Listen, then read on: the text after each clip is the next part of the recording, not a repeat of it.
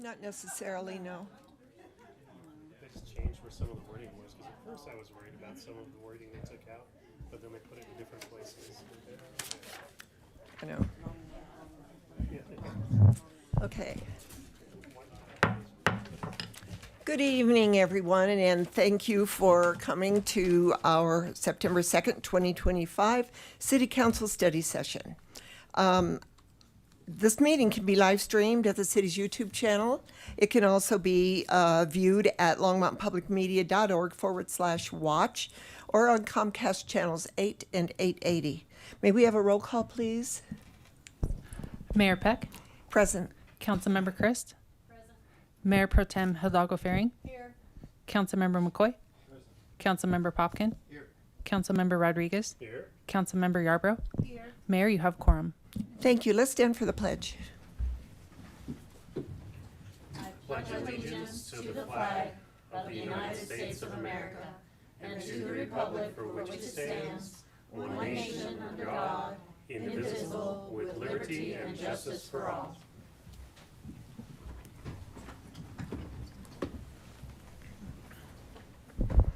Anyone wishing to speak at first call public invited to be heard will need to add his or her name to the list outside the council chambers, and only those on the list will be invited to speak at the first public invited to be heard. Each speaker is limited to 3 minutes, and we would like your name and address, please. Do we have any motions to direct the city manager to add agenda items to future agendas? Mayor Pro Tem Hidalgo Fehring. Thank you, Mayor. And actually, I have two motions, but they're both same topic. So the first motion is to bring back to a future agenda, the open space disposition ordinance, section 14.52.032, process A, section 1, to revise the definition of public purpose.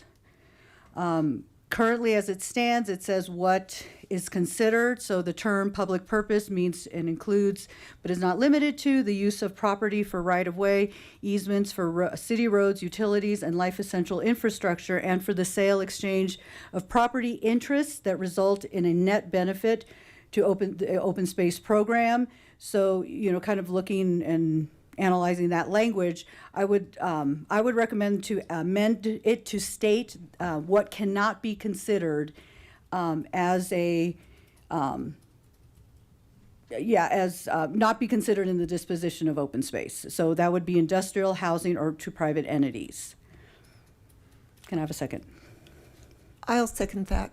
On your motion, can you restate the motion without reading the... the actual section. Exactly, so we can do it. Yes, so to bring back to a future agenda, the open space disposition ordinance, section 14.52.03, process A, section 1, to revise the definition of public purpose, to amend to state what cannot be considered in the disposition of open space, which it would include industrial, housing, and private entities. Thank you. Are there any comments or questions from councilors? I see questions going through your head. I see the little thought bubbles going on. Yeah. So I'll give you a few minutes. Councilor Popkin. Yeah, just still trying to digest the language. Mayor Pro Tem, could you just elaborate more on kind of the impetus for this, the rationale for your thinking I here? think, in looking at some of the concerns as we look at property interests and maybe the definition of net benefit. I know you tried to bring that forward, but it seemed in communications I've had with public and people who were specifically interested in vested interest in open space, that it really had to do with we need to make sure that we are not opening the gateways to have industrial sites on open space or housing. Housing is determined to be a need. It is a great need. So that, but the open space would not be considered in those specific, in that criteria for disposition, for land exchange or property sale. Noted, thank you. So So just to add more definition to it and more guardrails around So your the intent language. behind this is to narrow the definition of Yes. what public purposes are eligible. Yes, yes. Got it. Thank you. So I do understand, and I think it's a good idea, listening to the public, because the way that this amendment that is to the original open space ordinance can be nuanced. And when we have just recently used it, we have followed the amendment, which allows us to do a swap or a sale, and we want to, what I'm hearing is that you want to close that gap. Yes, Okay. yes. Okay. Counselor Christ. Thank you, Mayor. So how does this differ from just the ordinance that enacted open space? Doesn't that ordinance itself restrict disposition? In a way it Ex- does, but we in- had an amendment to that except- ordinance. Yeah, except in that one amended circumstance, yes? But the way the ordinance, Yeah. is this true, Counselor, Mayor Pro Tem, that the way the amendment was written, And this was the one that would allow for the sale, exchange of property interests that result in a net benefit from the open space program, but no, the sentence before that. right? So to use right-of-way and easements for city roads, utilities, life essential infrastructure. So I thought there was, yeah, so I think it adds more guardrails. So as we're looking at for the benefit of the city, and I did not copy and paste that particular ordinance, but there was one that was like to a general, that the city council feels necessary, where was it at? I apologize, I took the one piece out. The disposal should be sensitive to the integrity of future properties. No, that wasn't that one yet. There was another section that's on there that addressed how it could be considered a benefit to the city, so that net benefit piece. But I'm wanting to put guardrails on there, so we're specifically excluding, like, we're not gonna consider it for housing, we're not gonna consider it for industrial, or for sale of private, to put business or, another component on there, and. So it would should've be, copied and how do pasted. you nuance a net benefit? Yes. It was kind of to address that particular issue. Because That's what I different was thinking of. councils Can can interpret it interpret net benefit differently, and then use open space Mm-hmm. land for however they interpret that net benefit. Different councils can change the ordinance altogether. They could, and then that's gonna go into my second one. Counselor Yarbrough. Thank you, Mayor. I'm not gonna sit here and act like I know what y'all talking about. So, Eugene, can you please explain, like, what are the consequences of what we're talking about here? I'm just a little confused about the terminology and everything that she just said. Sure, Mayor and Council, Eugene May, City Attorney. So Mayor Pro Tem is referencing the process part of the open space disposition ordinance. Provision A, disposal of open space should be for a public purpose as determined by City Council. So that's the primary test. Is there a public purpose? Section A1 goes on to state the term public purpose means it includes, but is not limited to, use of the property for right-of-way and easements for city roads, utilities, and life essential infrastructure, and, separate category, sale or exchange of property interests that result in a net benefit to open space. And so what I'm hearing is a discussion to determine whether additional guardrails should be put on that definition of public purpose. Certainly the rights-of-way easements, utilities, and life essential infrastructure is including but not limited to. And so there is room for interpretation. And the net benefit is not defined, is to be determined by council. Yes. So I do have a question for you, Mayor Pro Tem. When do you want this brought back? And remember, we have does this affect the negotiations we have in place at the moment? I think because those, well, and I'll defer to legal, but I'm assuming that since it's ongoing, would this, I don't think this would be grandfathered, this would be that negotiations is separate and apart from any upcoming changes, or would it impact that as well? Well, that is My our- hope would be that it would, but Mayor and council, I think I recollect that the distal toll was postponed or Postponed. tabled until additional progress is Yes. made in some of these negotiations. So so I mean, I would That like to could see be a date changing. certain, but You can put the date certain on it. This is your Yes. motion. But I also want to honor that we're in the middle of budget as well. So, I guess just the next available spot where that could be brought back to us. Okay. Okay. Working within your, Okay, seeing no other questions or comments, let's vote.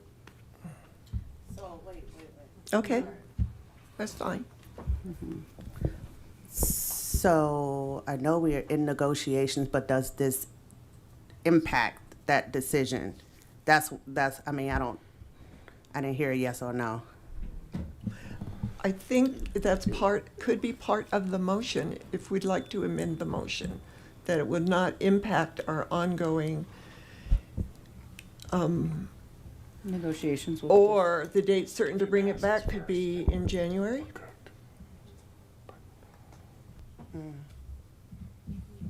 I don't know, they're whispering over there, so. They're whispering, yeah. Uh-huh, I just wanna hear a yes or no. And If you could get a yes or no. Mayor and council, we're whispering and conferring. We're conferring, not whispering. So if you change the criteria on the open space disposition, it could change the Yeah. outcome of the distal toll. I mean, I don't know what might be changed, but it could impact that and therefore maybe impact negotiations. Yeah, I think that's, Okay. I think it depends on what you do and how it's approached. If the wording would say, any future negotiations excluding the distal toll, because that is already in progress, but the motion would be to address any future negotiations. Would that be? Do you have an amendment? So I think inherently there's a policy question for Yes. this body. Yeah. Exactly. And there's two policy questions for this body. One question is, do you want to amend the ordinance to restrict it to, by adding additional guardrails? That's one question. The second question is, when do you want it to become, when do you want to have the first and second reading, which will then answer a second question is, how do you want to approach this? And so I think what we're saying is, depending on the answer to those two questions, it may and it may not, but it's inherently a policy question that will give us additional guidance in terms of how we proceed with that conversation. Okay. So I am open to any amendment, if anybody. Counselor McCoy. Whoops. Oh, you turned everybody else off. I know. Can you turn yours back on, please? Sean. He didn't have his on. Oh, I thought you did. He was the only one who didn't. Well, it keeps going off. Try it again. Turn yours on again, please, Counselor Popkin. Thank you. It won't let me turn you on. Yeah. Try it again. It just wants you to stop talking.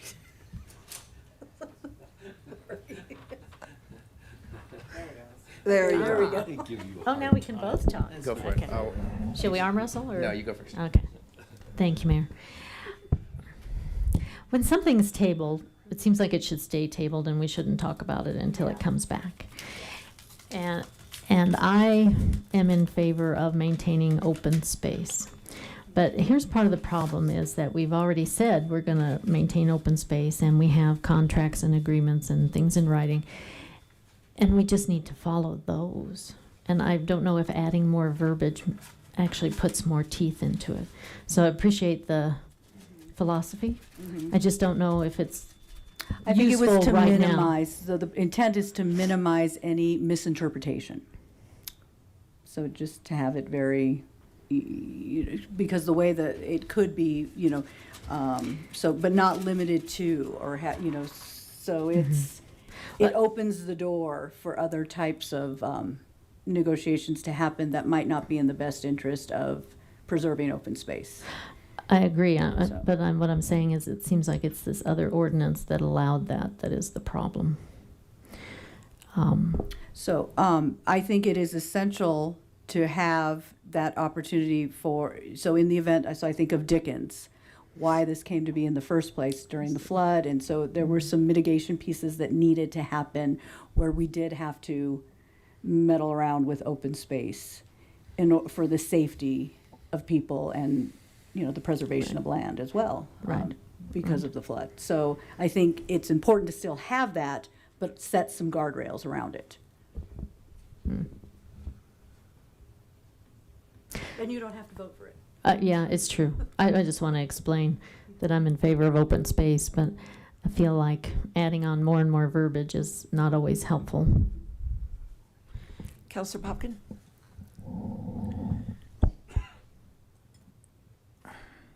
So, Mayor Pro Tem, I support the intent of this, and I think because we have an active item that's currently been tabled, and is part of active negotiations, I don't think it would be particularly savvy on our part of the city to change the rules that we might be playing by, or like if we were going to go this route, my suggestion would be that we remove the item from the table, figure out how we want to resolve the tabled distal tull issue before we just change the policy that might impact something in active negotiations, because there are other complicating things that might be relevant to this given that parallel item, and I just don't think Now, we it's- could move to exclude that piece from this. Yeah, I was trying to think. No, I appreciate that. I was trying to think about how we would do that without kind of creating a separate set of rules for us versus what would normally happen. So, like,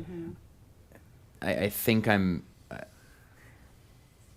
If there wasn't a competing if there wasn't an item already on the table that's directly affected or impacted by this, or we'd have to completely set up a separate track altogether in the rules, I would be very supportive of where you're trying to take this to better define the open space disposition piece of it. So I think at this point I would be voting no because of the negotiations we have going on. Okay. Okay, so do you want to vote on it? Yeah. All right, Vote let's on vote, it. please.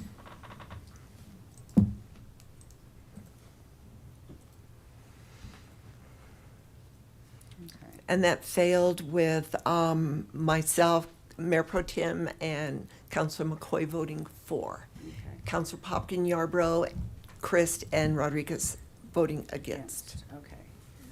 Thank you. So then I had a second motion, but I don't know if, well, What is it? I'm wondering, so this one is, the second motion was to direct staff to put together ballot language for a measure on the, well, yeah, I don't know what, we'll kind of look at the timeline, but to put together a ballot language for a measure that would require any land exchange or disposition of open space be brought to for a public vote. And so I'm wondering if that should be one that we hold off on.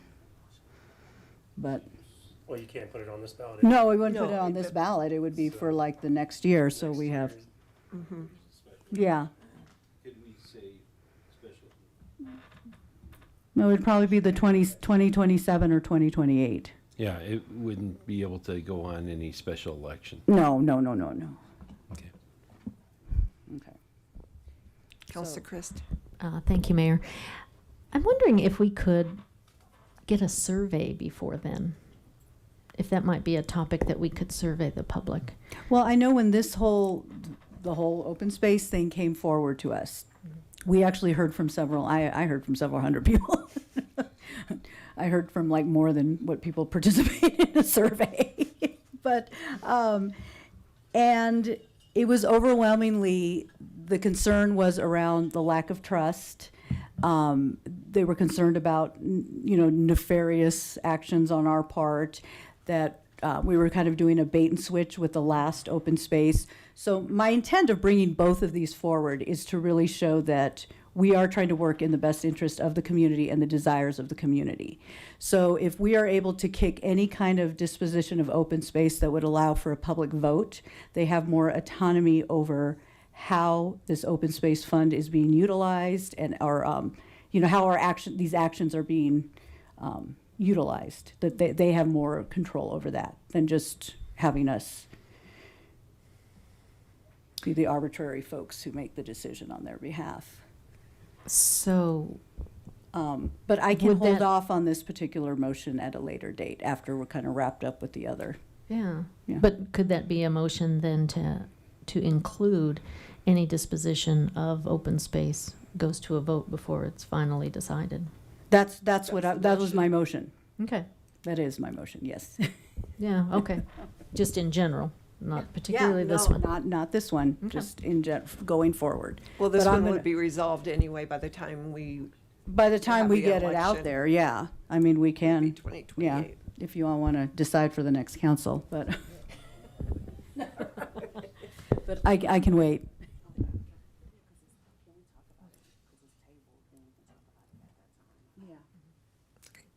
Okay, thank you. Not seeing any other motions on the floor, I'm going to move on to our public invited to be heard. Remember that you have 3 minutes, and we would like your name and address. And the first one is Georgetta. Georgetta Johnston. We haven't seen you in a while, Georgetta. Welcome. Don't forget to turn on your microphone.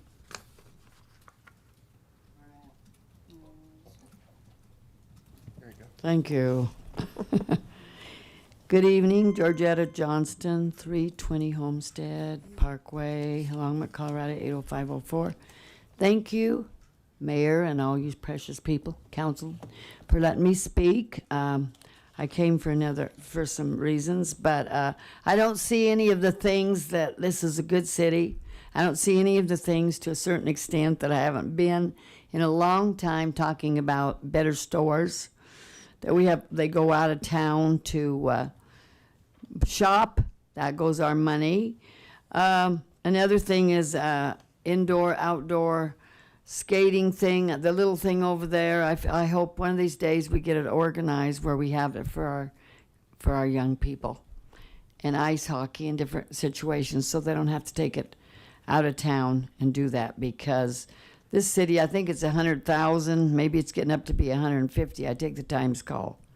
So it looks like some way, somehow, we could do that, and also where we could have a art and entertainment center for the different situations, which makes our town better, which also we go out of this city and pay our money to other cities to do that, which I don't think, and I'm not for so many breweries and marijuana situations, teaching our children that kind of stuff. I think we need to help our youth and our young people and, families, different things. I noticed we're not having Rhythm on the River or whatever that was down in Boston anymore. I don't understand why. That was a really nice entertainment, fun, had different things for kids. I used to take my grandkids and stuff like that. It seems like we're not doing some of that stuff, which I feel like that we need to. And I don't know, I noticed lots of apartments, lots of buildings, and I know there's a lot of homeless,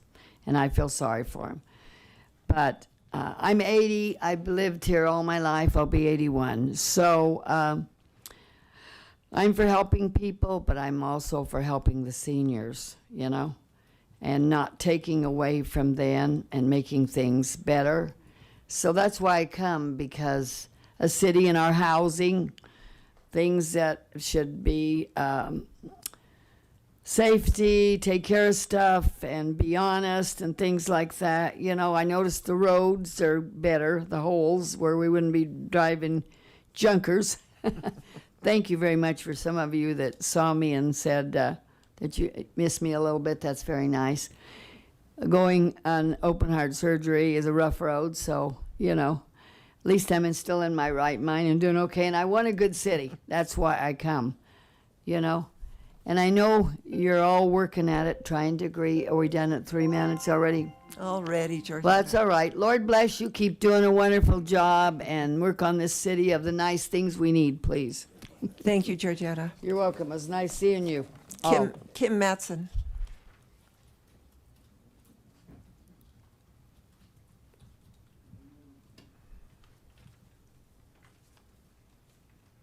Hello. Hello.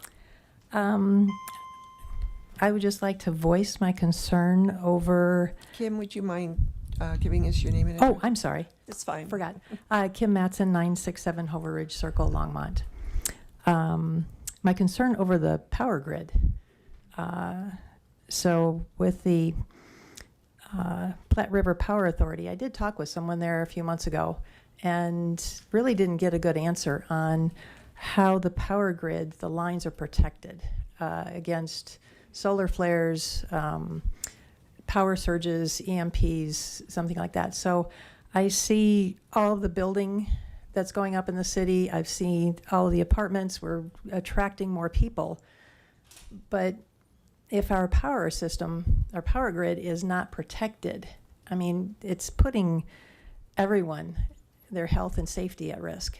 And I know the city does Be Ready classes and stuff. I mean, that's great for a couple of days, but I'm just not seeing any protection for the power grid. So I'm just wondering if that's being looked at. Is anybody looking at it? How important is that? Because it's, you know, we've got the solar, we've got the coal, we've got all, which is great. But if there's no way to get it to us or to anybody else, then, you know, what good is it? So before we attract 50 gazillion more people and put in a lot more housing, how about protecting what we have and protecting the citizens that are here? And I just think that's a key piece that if that's not set, then what's the use of anything else? You know, so that's it. Thank you very much. Kim, would you mind, I'm going to pass this down. Would you mind giving us your phone number, not over the speaker, but to the city clerk, and we can have somebody from LPC contact you? That would be great. Okay. Thank you. Michelle Bragg. I think it's Michelle. It's Michael. Michael. It's like the boy's name. Yes, Michael Bragg. Oh. 600 Sandpoint Drive, Longmont, Colorado, 80504. Thank you all for taking the opportunity to listen to me. I appreciate you giving me the opportunity to speak. I'd like to urge you to support the proposal from Longmont Public Media to continue in the capacity in which they have been supporting the city. I am moved to Longmont in January of 2020. Interesting timing. And Longmont Public Media was the first organization that made me feel like I really belong here.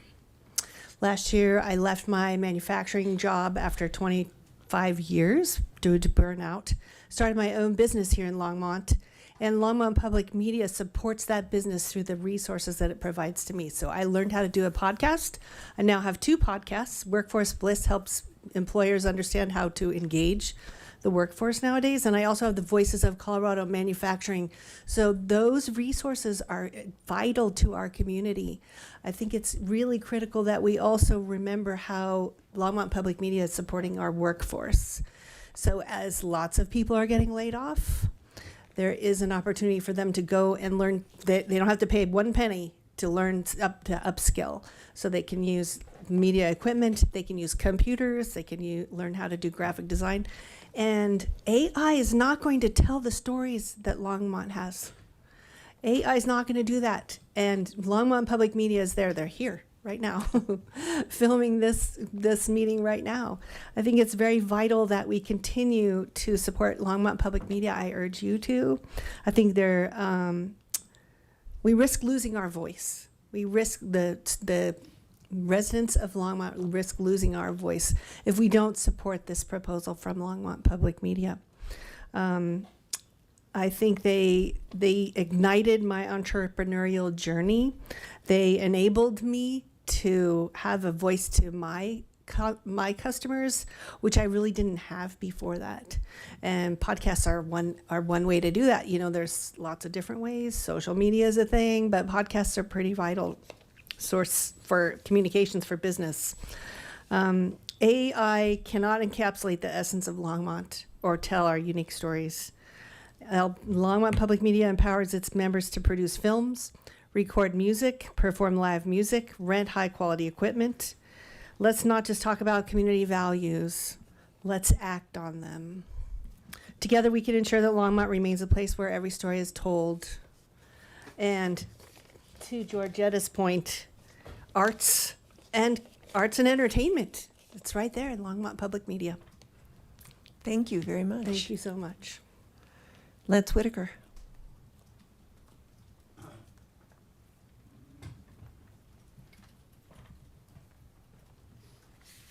Mayor and Council, my name is Lance Whitaker, 1750 Collier Street, Longmont, Colorado. Been a resident for over 40 years now, happily a resident for over 40 years.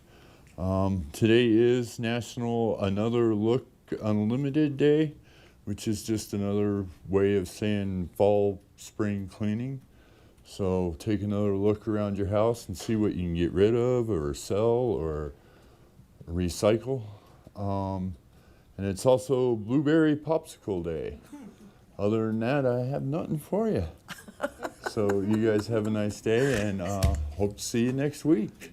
Thank you Have a very good day. much. Strider Benston.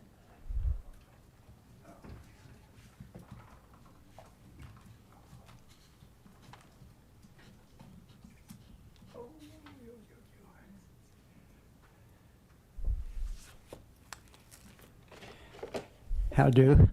I'm Strider Benston, 951 17th. And a couple of things. One, well, we've had more church shootings. There's several things that America still leads the world in. School shootings, church shootings, shopping center shootings, whatever. And people don't, you know, it's public policy that it has nothing to do with having 400 million guns, including assault rifles. But the gun violence prevention programs were cut and defunded by the current president, and SNAP benefits and Medicaid and housing and everything else, which puts people under more stress. But everybody is forced to have guns, basically, but that's what we're dealing with. By the way, and they're abolishing history. If you don't, you know, if you don't know the history, you're bound to repeat it, and that's what we're dealing with.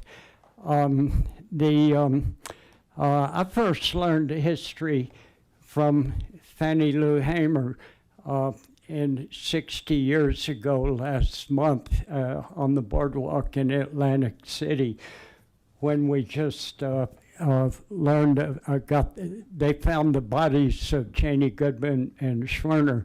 It was on my 20th birthday that I was there looking for a job, and I saw the demonstration, and I joined up.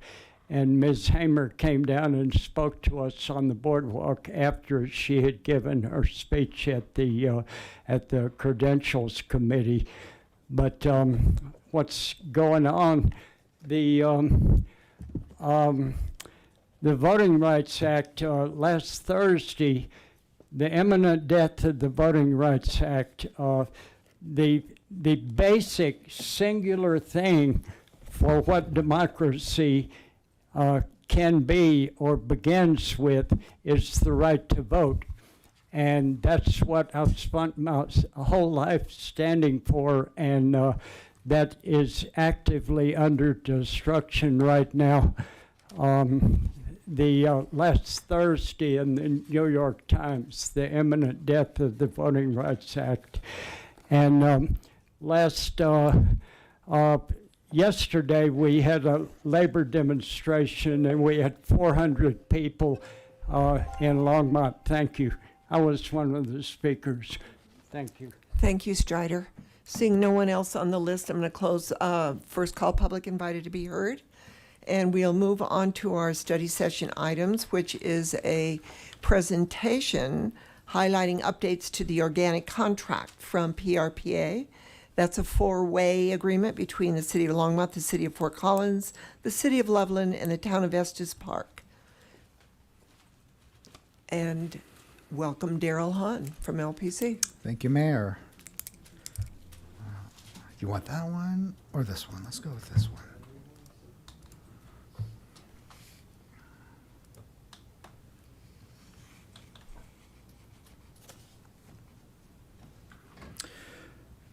Good evening, Mayor, members of City Council. My name is Daryl Hahn. I'm the Electric Utility Director of LPC. Good to see you all again. So tonight, I'm going to basically give an overview of additional details that are in your packet already. So I won't go into as much detail as what you've already seen. I'll do some quick introductions, talk about some definitions and some level setting, talk about basically background, drivers, why I'm here tonight, and again next week. I'll talk about some highlights of the updates that we're proposing, and then talk about some next steps. So first, introduce myself. I just did that. I'd also like to introduce Sarah Leonard. She is the General Counsel at Platte River Power Authority, sitting back here, waving at you and smiling. Sarah has been instrumental in coordinating among the four cities of Platte River and Platte River, including the city managers, city attorneys, utility directors, and council members, Platte River board members, and leadership at Platte River. So definitely appreciate all of the work that she's done to help kind of corral the cats here. So just some very high level background. Again, this is all in your packet, but just to kind of review, there are two IGAs that we'll be presenting to you tonight and again next week for your consideration.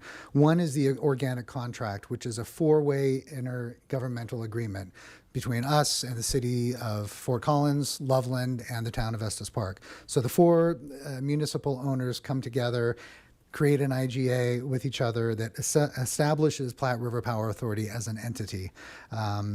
This is kind of it establishes the Constitution, if you will, that establishes the governance structure for Platte River. It enables Platte River to provide additional functions, services, facilities, as long as it's legal for the cities to undertake. Currently, this contract expires at the end of 2060. So that's the thing that creates Platte River. Then once Platte River is created, the city of Longmont and each of the cities have individual IGAs with Platte River for them to basically provide 99% of our energy needs. Each city has its own IGA, so we'll just be talking about the one with the city of Longmont and Platte River. The terms are essentially identical across the four cities. So in your packet, I believe the example that was given was from the city of Fort Collins, but it's basically the same with a few minor differences that are specific to each city. So this ensures that all four cities follow a shared set of rules, so to speak, related to purchasing power from Platte River. So the diagram here, again, on the outside, the blue kind of shows the four cities IGAing, if you will, to create the organic contract, and then we have a separate contract with Platte River. So why now? Well, in 2018, as you know, City Council and Platte River Board directed staff to pursue a 100% renewable energy goal.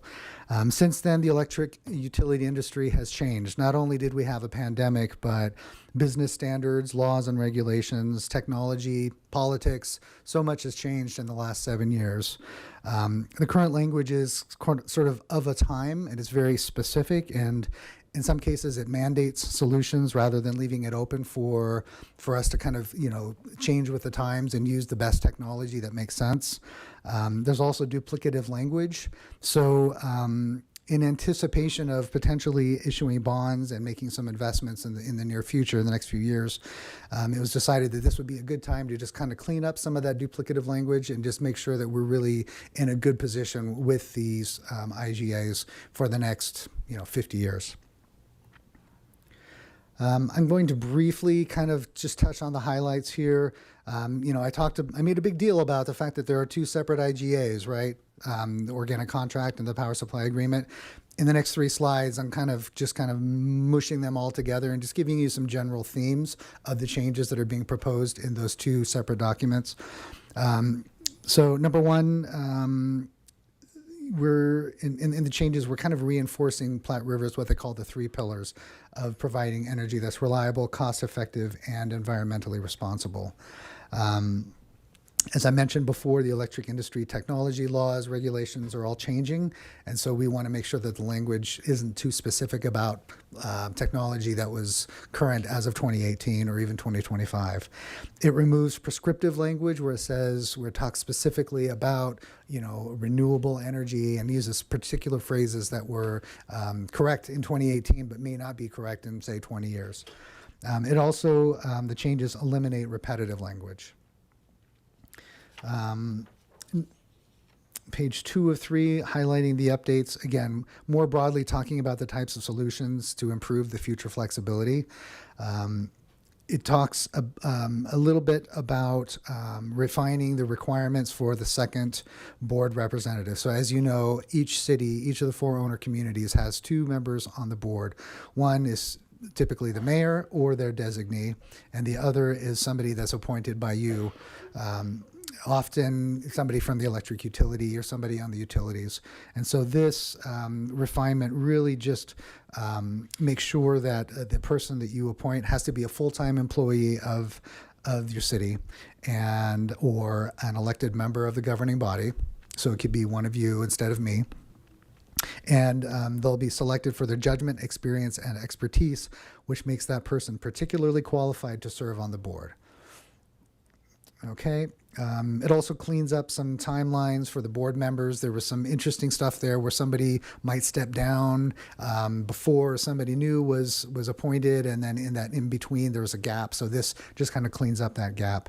And then there's also language that reinforces that the board members are there to advocate for all owner communities, not necessarily just the owner community where they're from, because they are a board member of Platte River, which represents all 4 cities. All right, and the 3rd page of updates, again, just minor cleanup things. There were specific language in the original documents that talked about having to hand deliver paper copies, that kind of thing. And now in the age of email, we're just making sure that there's room in the contracts for that type of communication.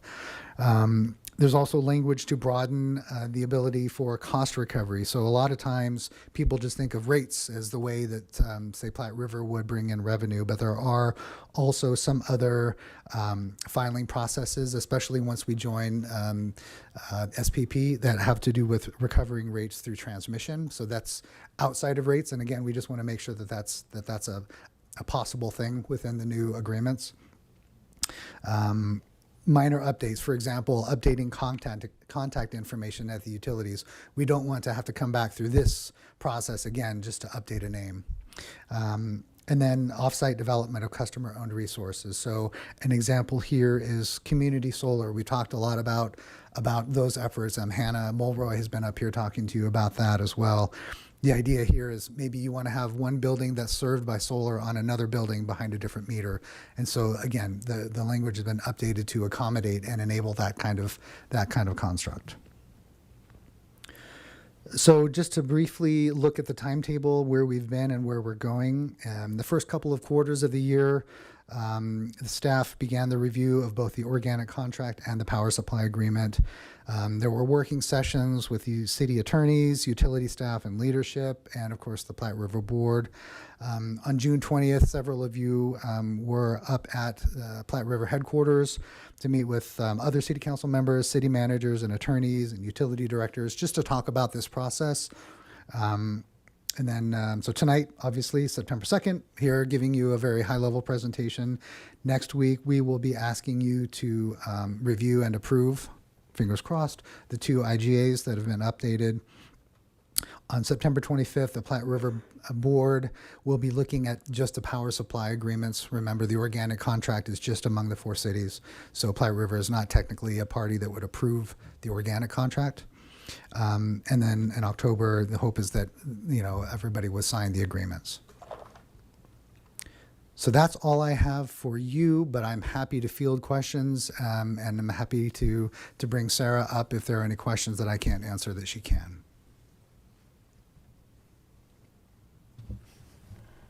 Seeing none, we can move on. Great. Of course. Councillor Popkin. I just didn't have to be first. I was given it a moment. Thanks, Daryl, and thanks for all the work that you and staff and Sarah and PRPA have put into this. And it was a pleasure hearing kind of all of the work that's gone into that at that working session that we had in June. I wanted to ask you a question about the. Let's see. This is under Article 1 of the Power Supply Agreement. This is Article 1, Section A, about the kind of locally rated capacity that's allowed. So just reading from that, Longmont shall have the right to continue to generate its own power and energy to the extent of the capacity of its generating facilities in service on September 5th, 1974, and may also generate power and energy for its own use from any new generation resources owned and operated by Longmont, provided that the total rated capacity of all such new generation is no greater than 1,000 kilowatts or 1% of the peak load of Longmont, whichever is greater. I was under the impression from the working session that we had that we were actually just stripping that language out so that it wouldn't be a capacity limit environment to the point that you were making before of removing prescriptive language and increasing flexibility. So I was just wondering if you could elaborate more on that, especially as we enter a world more of distributed energy resources where we've already recently talked about the community solar and the batteries being sited in the community. So how does that factor into this overall strategy, and why, and I guess kind of why is that still relevant here? Sure. Mayor Peck, members of City Council, Councilmember Hopkin. So you probably know that our small hydro facility just outside of Lyons is at about 500 kilowatts capacity. So that is grandfathered in, and that's included in sort of the generation that was allowed in. Any behind the meter generation is also exempted from the sort of the 1% rule, as it were. Right. And Sarah can talk more intelligently about this than I can, but really it has to do with our bonding requirements. And so, in order for us to issue bonds and keep the bondholders happy, they really need to have assurances that Platte River is going to be able to bring in the revenues in order to, sort of back up those bonds. And so the thought was, if we were to lower that from, say, 99% to 80 or 70 or 50, then, Platte River would no longer be in a position where they could really guarantee to those bondholders the type of revenue that would be required. So you're saying from a legal and financial standpoint in particular that allowing, say, for instance, Longmont to generate a 20 megawatt facility locally here into our system, if it could handle it, it would scare away people, like would freak out people who would be holding our bond, like who would be holding PRPA's bonds because they would be afraid that everyone would just stop buying from PRPA? There's a possibility that it would be a slippery slope, right? So it would be us doing 20 megawatts and then Fort Collins doing 40 and then Estes doing something else. And pretty soon, sort of the guarantee that Platte River had that they would be able to bring in the revenue would start to slip away. And so, yeah, there's definitely I don't want to say a requirement, but certainly from our perspective, a requirement to make sure that those bondholders are happy. From your perspective as a as the director of our municipal utility here, I mean, I realize that like the whole point of PRPA is that we can buy energy at scale, right? We can buy electricity at a scale that Longmont probably couldn't procure on its own. At the same time, like there are, as PRPA has stated, as LPC has stated, there's real value in kind of distributed energy resources as being a part of the overall integrated resource strategy for PRPA now and in the future for decades. And so I'm just curious, this feels somewhat limiting. And I'm just curious if that feels the same way to you. Not at all. If anything, we work very closely with Platte River to do exactly the things that you're talking about. So in many ways, the city of Longmont going out and doing it on its own is duplicative. We already have people up in Fort Collins at Platte River that we pay to do these things for us. And so for us to then go out and do it on our own, it doesn't seem to be the best use of resources, because that's what they're for. That's why we created them 52 years ago. So you're saying in that kind of a situation where we had a potentially attractive site opportunity, we would just work with PRPA for them to basically install the infrastructure and kind of run it through our grid in that way? I don't know that we would necessarily, if I would say in all cases, we would have them install the infrastructure, but we would certainly work with Platte River and the experts that they have hired to make something like that happen. Okay. Especially on a large scale. Yeah, no, I get that. Under current conditions, the recent commenced construction guidance from the IRS, I think, stated that there's like a carve out for low output solar, which is 1.5 megawatts and less. Is that, so considering that like it's kind of 1 megawatt or 1% of the peak load, actually, what is 1% of the peak load? So our peak load is about 190 megawatts, so it's about 2 megawatts. It's about 2 megawatts, yeah. So if for some reason there was a strategy to deploy 3 1.5 megawatt projects, because it would qualify for certain tax credit incentives right now that a larger system wouldn't.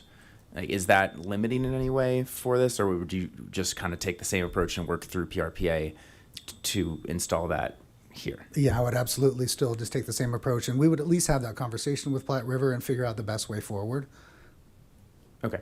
I just want to make sure that that's not inherently limiting, because it just seems like in the spirit of not being prescriptive and being more flexible, that is like one of the small constraints here that I see. But otherwise, it's great. If you're not concerned about that, and we think that there's enough of a good working relationship with PRPA, then I appreciate the responses.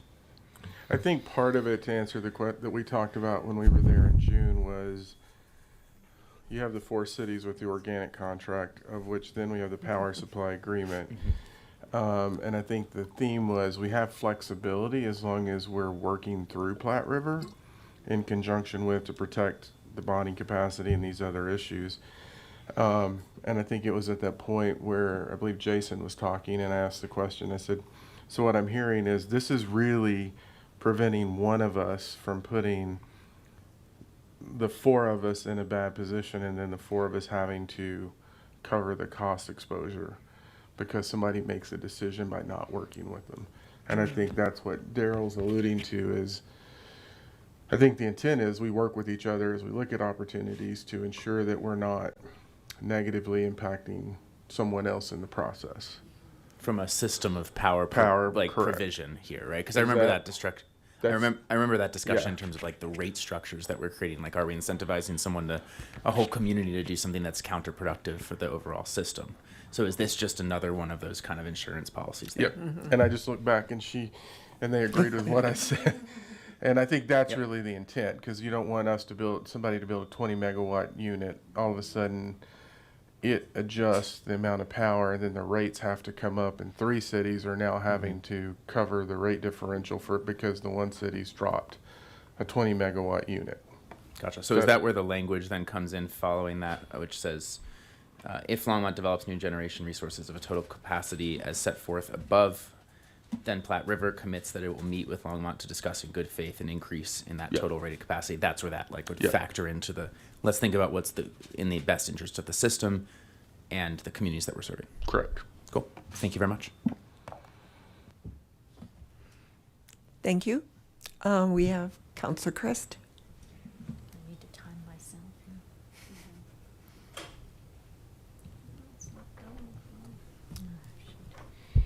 Thank you, Mayor.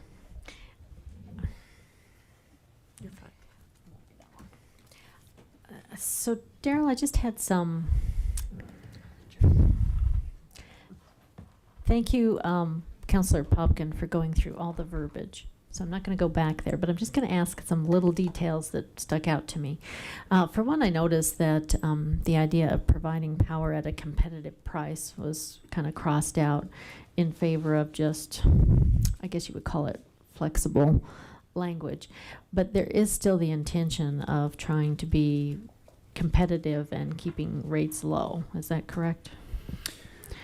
Absolutely. And so I think the word competitive is maybe not the best phrasing of it. So as I mentioned earlier, there are the three pillars, and making sure that we can keep costs down and provide energy that's reliable and sustainable in the most cost-effective manner is really what we're looking for. If we wanted to go the cheapest, we would not go in the direction that we're going now, right? We've got the coal plants that are providing very inexpensive electricity that we can sell on the market and really enhance our own rates. And so this is really about just making sure that those three pillars are balanced and kind of trying to do what we can on all three fronts. Okay. And my second question is about the ability for PRPA to create enough energy.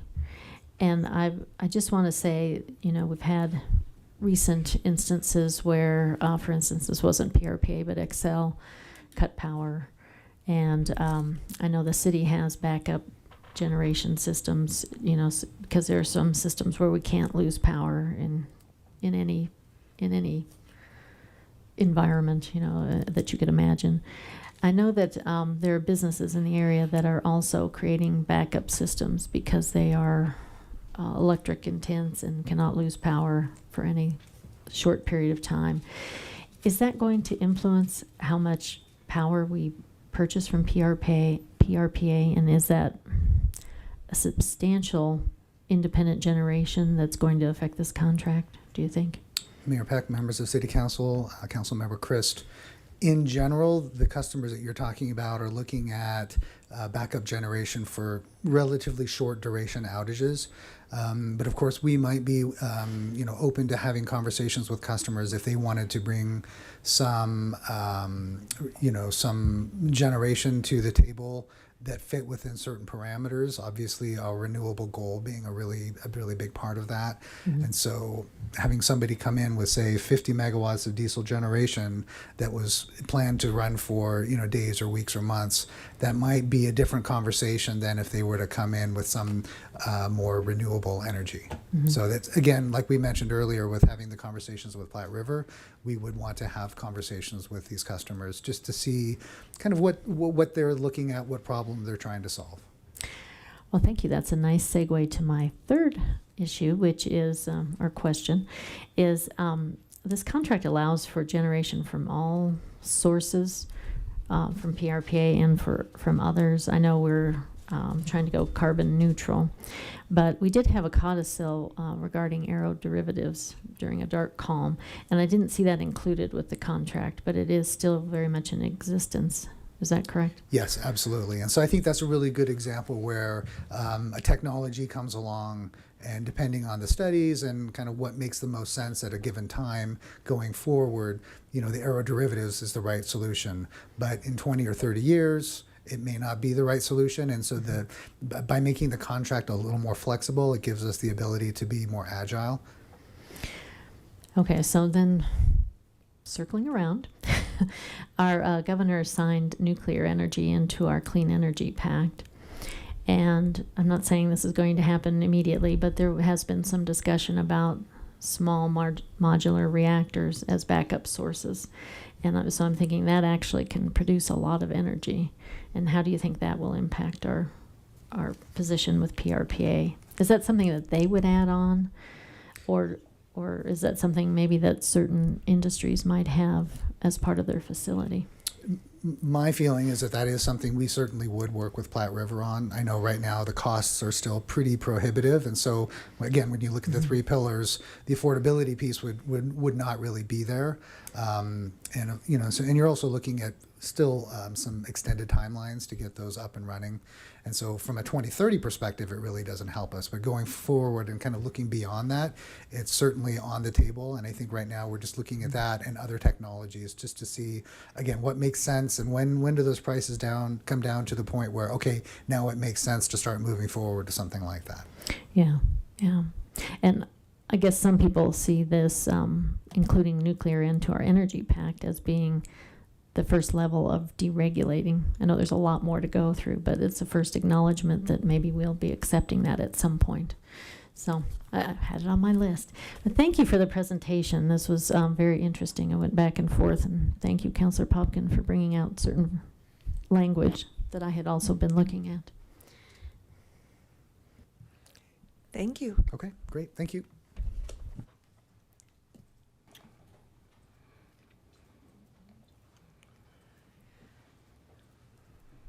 So Mayor, we're about to start on the budget, and you all kind of went from one meeting to another. If you I want a think we're going to break, take a break. it'd be a good time for a break. A break. Are you going to set our 5-minute timer? Oh, yeah. Okay, we are taking a 5-minute break. It'll probably run over 5 minutes, but I'm going to say 5 minutes. It's aspirational. Yeah, it's aspirational.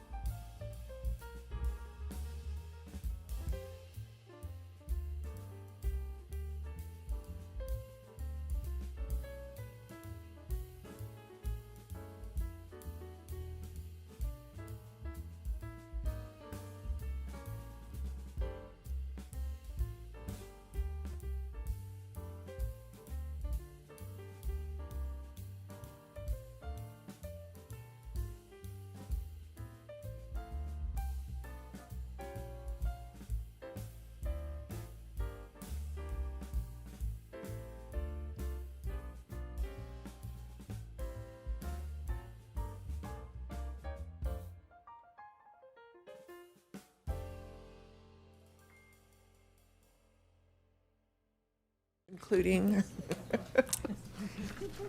All right, good evening, Mayor and City Council. Teresa Malloy, Chief Financial Officer. And with me this evening is Sandra Cifuentes, Budget Manager. We have a number of slides to cover with you this evening. Why is this not working?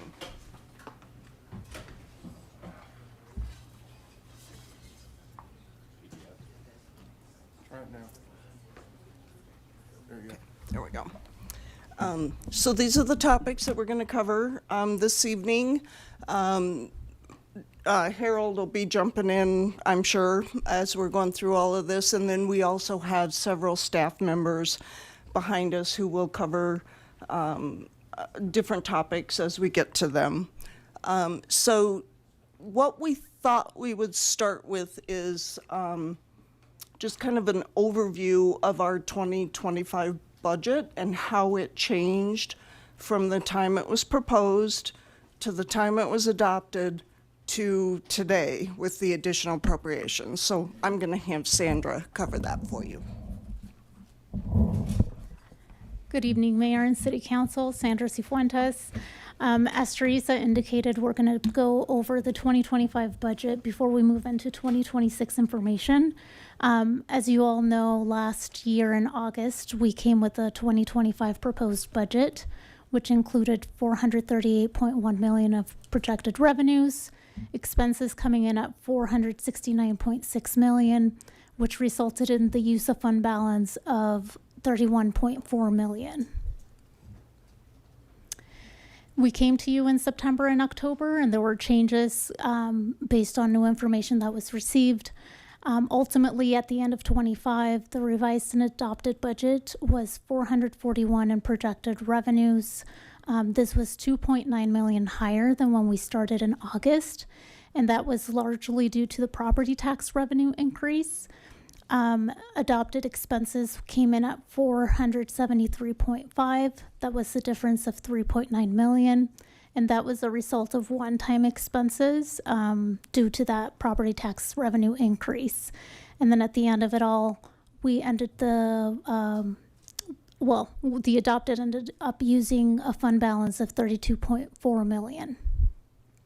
The items listed below, they're kind of small, but they kind of talk about the different items that made up these differences.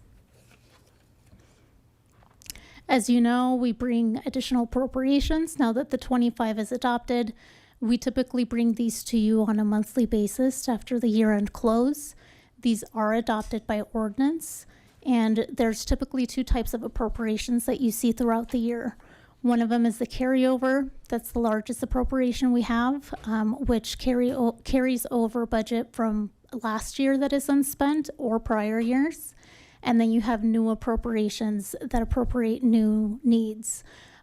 These appropriations can include contributions from fund balance, grants that have been awarded and approved by council, any unanticipated unbudgeted revenues coming from donations or reimbursements, and also CIP amendments. So now that it's September, we've brought to you a total of 8 additional appropriations so far this year. This includes the carryover that I mentioned that we brought to you in May. The revised budget, including all these additional appropriations, gives us a revised budget of $704.9 million. That is $231.3 million above than the adopted budget. And that $231 million is broken out again by the carryover, which is the largest portion of this. $196.9 is carryover dollars, and the new appropriations totaled $34.3 million. This chart just shows you the difference between the new dollars, new appropriations, and the carryover. As you can see, the vast majority is made up by carryover dollars from previous years. And in 2025, the major carryover items that we included bond funds, capital improvement projects that are still not completed and we're working to complete, recovery programs, and grants that cover multi-year awards. And with that, I'll pass it back to Teresa. So I think the reason we wanted to start with our 25 budget is really just to show you all and the public that a proposed budget can change between the time that we present it to you and the time that it is actually adopted. And then it certainly, once we get into the first of the year and through the year of that budget, it does change over time with additional appropriations. And to point out that the largest appropriation is carryover. Before you get started, can I call on Matthew has a question? Yes. Okay. Councillor Popkin. Thank you, Mayor Peck. And thank you, Sandra, for that. Just a clarification on the carryover, because it looks like, I realize the different, what the items are, and it looks like it's a huge amount of money, and it feels like we're not, like, are we not using that properly? Is that rolling over or carrying over because we're building up a fund for something? Like, what is the purpose of carryover funds in general? Like, why is there such a Such a large amount. Yeah. So by code, we do need to be fully appropriated in order for us to be able to award contracts and bids. So that's why that large amount. And that's made up, we add budget year over year. We're not spending that full budget in one given year until the projects are fully completed, which usually take, multiple years to complete. So would it be fair to say like the majority of the carryover funds are like infrastructure investments that are probably multi-million, if not tens of millions of dollars in the works that just you accumulate over time, like a savings account kind of thing? That's correct. Yeah, the vast majority of that is CIP, so it's capital infrastructure needs that you can't be spent fully in 1 year. Great, thank you. So that's a big piece of it. What you're also seeing is if you look at what happened 2014 to 2018, so that a big part of that's actually recovery funding from the flood. So whether it was FEMA funding, CDBG, DR funding, that's money that came in that we were having to carry over to then expend on those projects. You'll see some of it also coming in through Resilient St. Vrain and the work that we've been doing there, which is more akin to what you were talking about. And then we also have ARPA funding that we've used over extended periods of time. And so, yes, and when you have this federal funding coming in where you're targeting projects, you're seeing us have to carry it over every year. A large part of that funding, there were some positions that are not positions. There were some term limited work that we did. There was some housing work that didn't occur immediately in year one. So that's part of what you're seeing in this graph. Great, thank you. And just to also let you know that in all but one of our funds, our appropriations lapse at the end of the year. And therefore, in order for those funds to be continued to be spent, we have to carry them over through additional appropriation ordinances. The only fund that doesn't lapse by charter at the end of the year is the Public Improvement Fund. So we don't bring you carryover in the Public Improvement Fund. And for those of us that see other city budgeting processes, not every city has to carry over at the end of the year. Some cities actually can appropriate. So let's say you were going to build a water treatment plant. You can put your funding in that fund, and then you just keep adding to it, but you don't have to carry it over. So that is something that is specific to us, and that's a charter requirement that we have in play. So not all cities do it the same way.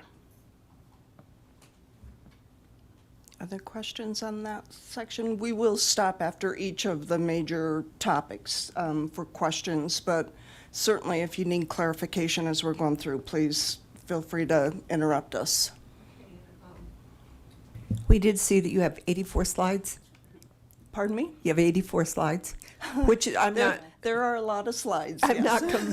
I'm not complaining. Some of them will that. go fairly quickly. Others will need to spend a little bit more time on. And the reason I asked was for council to either hold your questions or make them. Get to the point, land your plane. Yep, we have a number of slides. Thank you, Teresa. Okay, so we wanted to get into our 2026 total budget summary by fund for you. And again, this is the same presentation you saw with the 25 budget. It's $476.3 million in revenue, 520.2 in expenses, which means we're using 43.87 million of fund balance, mainly for capital projects. We will highlight some of those significant changes in a few of the funds for you. It is 9.85% greater than our 25 adopted budget, and it does include over 93 million for our capital improvement program. A few revenue projections for you. To start with the sales and use tax. So as you all know, our performance through June is not really looking too great. We are up 1.9% in sales tax, but down significantly, 21% in use tax, for a combined overall decrease at this point of 1.4%.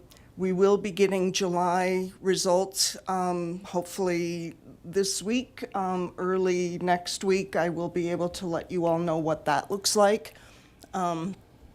Preliminarily, though, it looks like July of this year is holding pretty even with July of last year. So at least we're not losing more ground.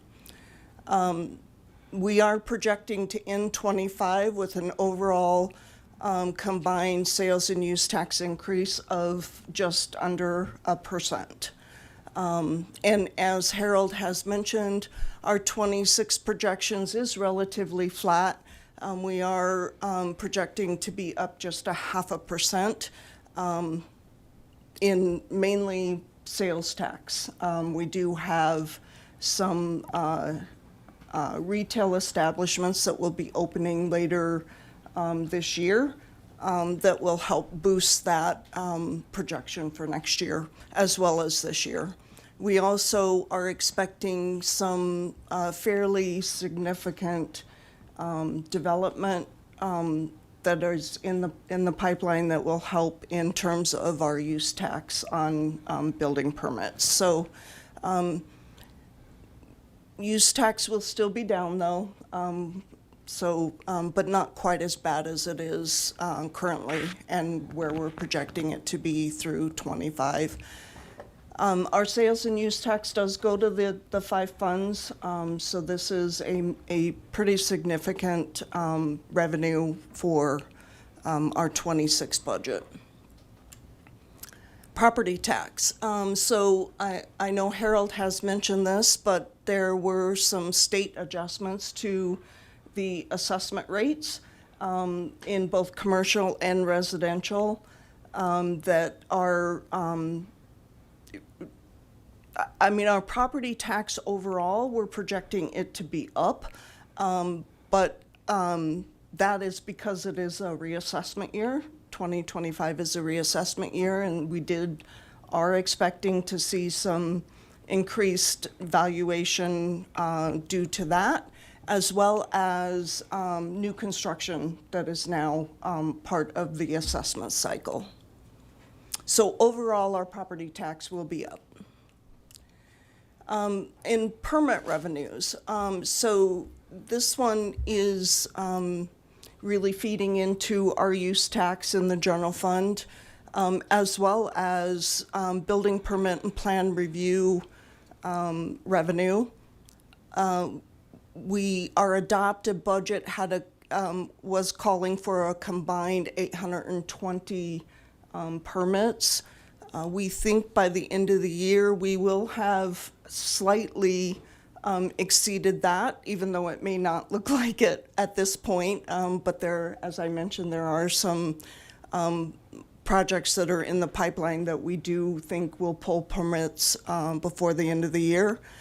projections for 26 are really looking up. We are definitely going to see some growth in that multifamily category. One of the things that we have a financial policy for is around incremental development revenue.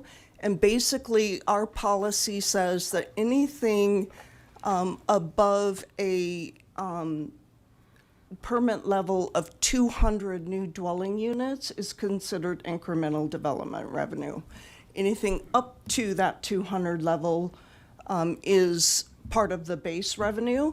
And incremental development revenue by policy can only be used for development-related one-time or development-related ongoing that is subject to reduction should we fall below that 200 new dwelling unit level.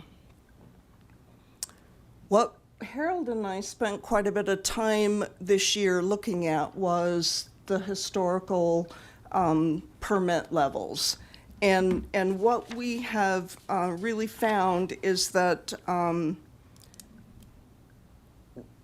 the 200 dwelling unit level was back in 2008. And since then, we have been well above 200 dwelling units. In your packet, in attachment C, is the 2 pages from the Development Services monthly permit showing the historical permits, and they've been collecting this revenue since this data since 1974, and it shows a 3-year, a 5-year, and a 10-year average. And the 3-year average is 624 permits, new dwelling units. 5-year is 668 new dwelling units, and a 10-year average of 860 dwelling units. So given that the averages of new dwelling units far exceeds the 200 base permit level, what we are proposing is that we change the financial policy from 200 dwelling units up to 300 dwelling units. So under this scenario, what is considered base revenue is up to that 300 level, and then anything above that would be incremental development revenue. And we will bring additional information to you later in our presentations on the use of that incremental development revenue, because there is pretty significant incremental development revenue coming from all those new permits that you see up there. So generally, incremental development revenue, think of it as we treated it a lot like one-time funding in most cases. We do have some positions attached to incremental development revenue, but those positions, when we fund it, we're very clear that in telling, and it has to be related to development activity. We're very clear in saying if the development activity doesn't meet, those are positions will be cut, associated with that decrease in that development revenue. We've been trying to move some of those positions over into the general fund. We just have not had a lot of good budget years that has limited us having the ability to move it over. Part of the reason why we were using it is coming out of 08. It's taken us a long time to actually get back to pre-08 staffing levels. But we were also seeing increased activity as it relates to development work. And so the nexus is it's development work creating the IDR. We're using the IDR to fund the positions, knowing full well that at some point, as you reach theoretical build out and you have no new development coming in, only redevelopment, as you're processing the permits, many of those permits will continue. And so you have to have that ongoing revenue source to fund those positions. So that's something we've been trying to chip away at over time. Okay, so the next revenue we wanted to talk about is marijuana revenues. We have 3 sources of marijuana revenue. The first one is the 3.53% of just regular city sales tax. And the projection for this has been a bit of a challenge because for a number of months last year, one of the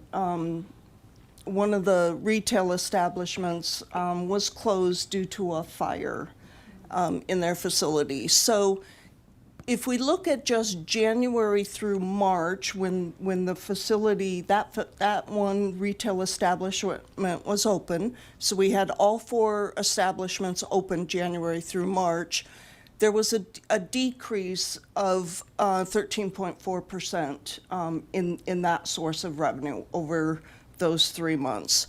And so we are definitely seeing a decrease in the city's sales tax from the marijuana establishments. We also get a state share back of the state's tax on marijuana. Prior to July, we got a 10% share back on that revenue. Starting July of this year, that has decreased to just 3%. Definitely, we'll know what the impact of that is when we get our July numbers. Still haven't seen all the July numbers yet, but we are expecting a pretty significant decrease in the state share back of the marijuana revenue. And then the third source of marijuana revenue is what goes into the special marijuana fund. So this is 3% of a special retail tax. And half of that goes to the Affordable Housing Fund. That was in the ballot language that was passed by voters. And then council directed that the other half would go to the general fund for mental health and addiction programs. And we are seeing a decrease in that revenue naturally as well. Yeah, and so on the special retail tax, council we talked about actually utilizing the Affordable Housing Fund connected to the mental health by hiring clinicians that were going to be supportive of people that were living in affordable housing based on eviction prevention and things like that. So council did a while ago, I think we talked about that with you all. So, I mean, it's all really, it is going to housing and mental health, but on the housing side, there's a mental health component as well because we see that as an issue in terms of keeping people housed.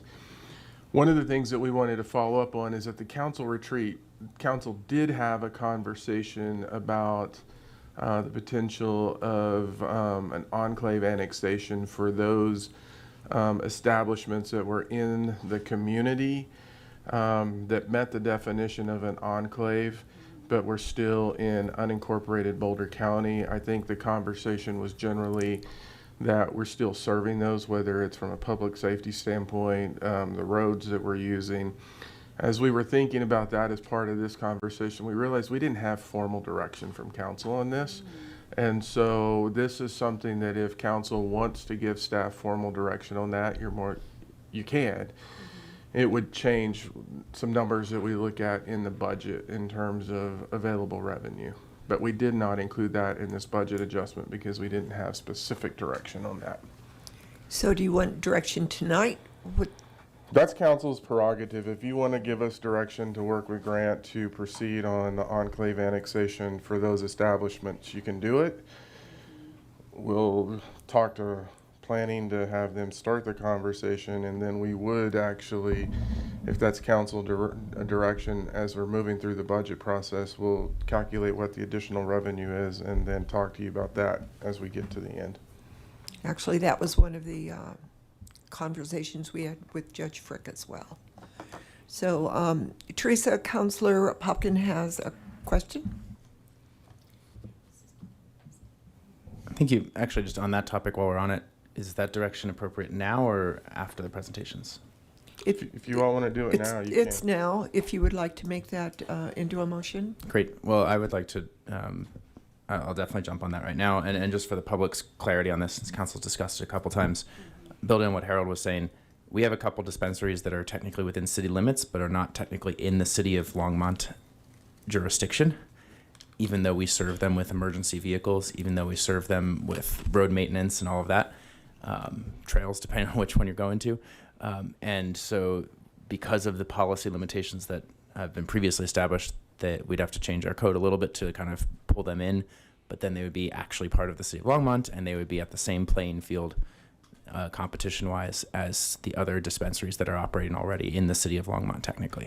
So it's not changing the number of dispensaries. It's just that are within city limits. It's just pulling them all in to be treated the same. So with that, sorry? It wouldn't change it wouldn't add new dispensaries being built in the community. They're already within the city limit. They're already within the municipal boundary. It would just actually allow us to oversee them and have them within our taxing authority. So I will make a motion to direct city staff to, pursue enclave annexation for those, let's see, what's the, just the marijuana dispensaries. Thank you. The unincorporated marijuana dispensaries within county enclaves within the city of Longmont. It's been moved by Counselor Popkin that we pursue a code change as well as an annexation process for moving the unincorporated marijuana dispensaries that they're in Boulder County, but they're within our city limits. Annex them into the city. That's the motion, seconded by Counselor Yarbrough. Mayor Pro Tem Hidalgo Faring. I have a clarifying question. So we have currently within the city, and we have a max of 4. Is that correct? Do we have all 4? So it's already maxed. Would we have to add an addition? So we would have to change that ordinance or that table to add, or that code to add those numbers as well? Yes. Okay. It would almost be a concurrent action, one before the other, where you would have to say we're adding two. So there's 4 that are In the city. adjacent. There's 4 in the city. There's 4 that are adjacent to, but only 2 of those are enclaves. And then as other annexations happen, then the others may be considered enclaves. If it's not an enclave, then it's a different process. Okay, and so we're really only looking at the 2? Correct. Okay. And changing the table to say 6 instead of, So if you direct us to do this, we would bring an ordinance back that changes 4 to 6, and then you would do it concurrently. okay, thank you. That's what I wanted to know.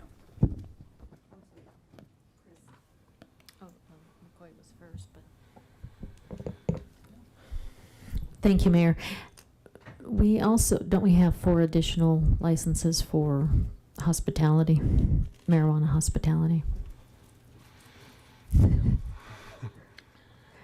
Yes. Well, we yes. approved hospitality licenses, but we didn't approve smoking. There's an issue with that one, I think, that. Okay, so we need a bit of a comprehensive discussion about this when we bring it back. Counselor McCoy. Thank you, Mayor Peck. So does your motion include the adding? Is that clear to everybody? Just making sure that that's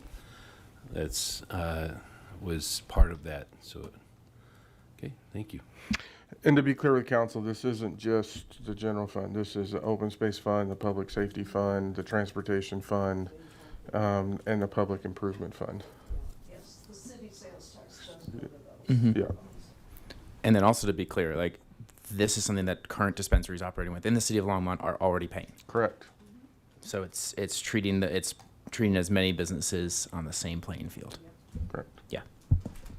Cool. So yes, to clarify, Councilmember McCoy, yes, enclave annexation and code changes as appropriate. Councilor McCoy, were you finished? I turned off your microphone accidentally. Seeing no other questions in the queue, let's vote.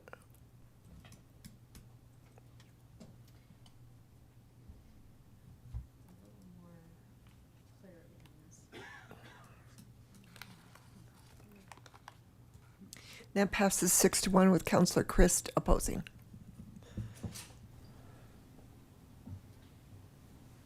Councilor Popkin. Yeah, I had one more question unrelated to that. Thank you. Can we go back to the previous slide for a second on the permits? So I just wanted to make sure there was a lot of jargon used, and I just wanted to translate this into plain language. So the policy, the incremental development revenue policy that will be proposed at some point, in plain language, is that effectively just changing the baselines so that the annual projections of like staff and services that are provided can be kind of better matched going forward, and it's not treated as like an auxiliary thing? Is that basically what we're talking about? That is correct, Mike. That's correct, Councilmember Popkin. The base level today is 200 permits. We're proposing to change that to 300 permits. So the revenue up to that 300 permit level will cover the ongoing budget in development services, which is planning and building inspection both. Anything above that will be used for one-time development-related expenses or the positions that Harold was talking about that are subject to reduction should we drop below that 300 permit level. Or actually, drop to and below. Yes. Because the margins can get narrowed, and we still have to eliminate Sure. those positions. So it's basically enabling more consistent service. Yes. Cool. Thank you.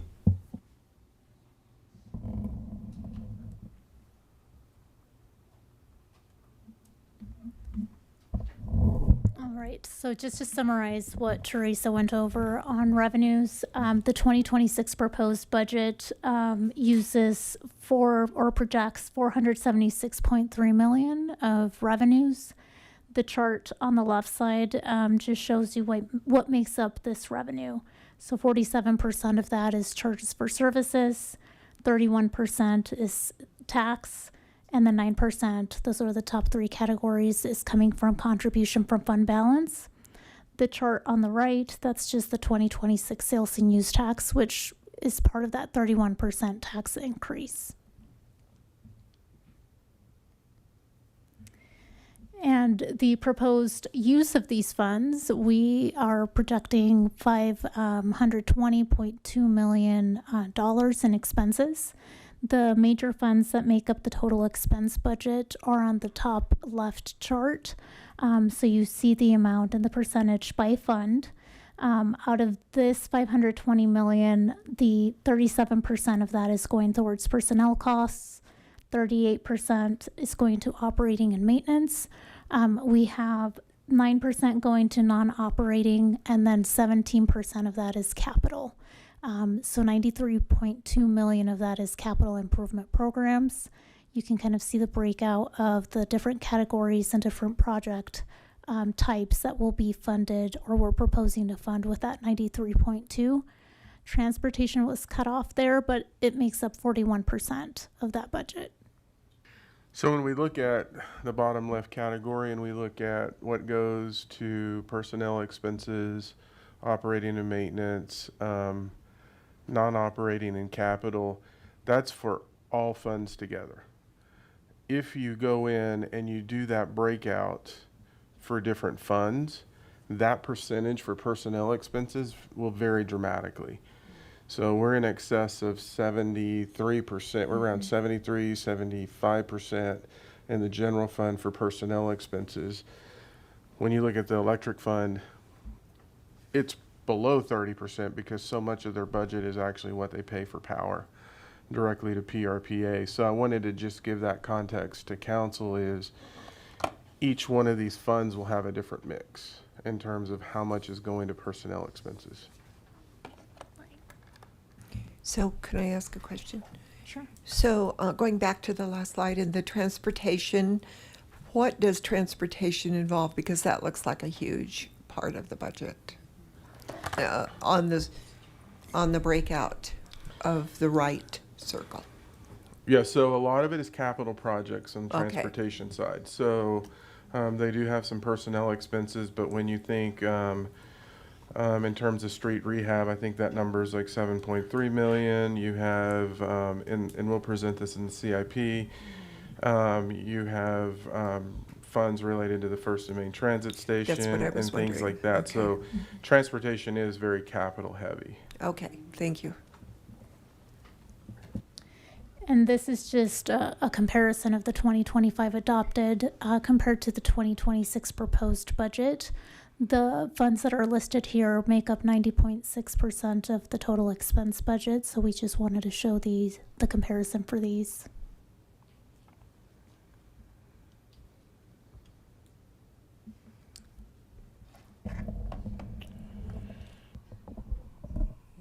Any questions so far?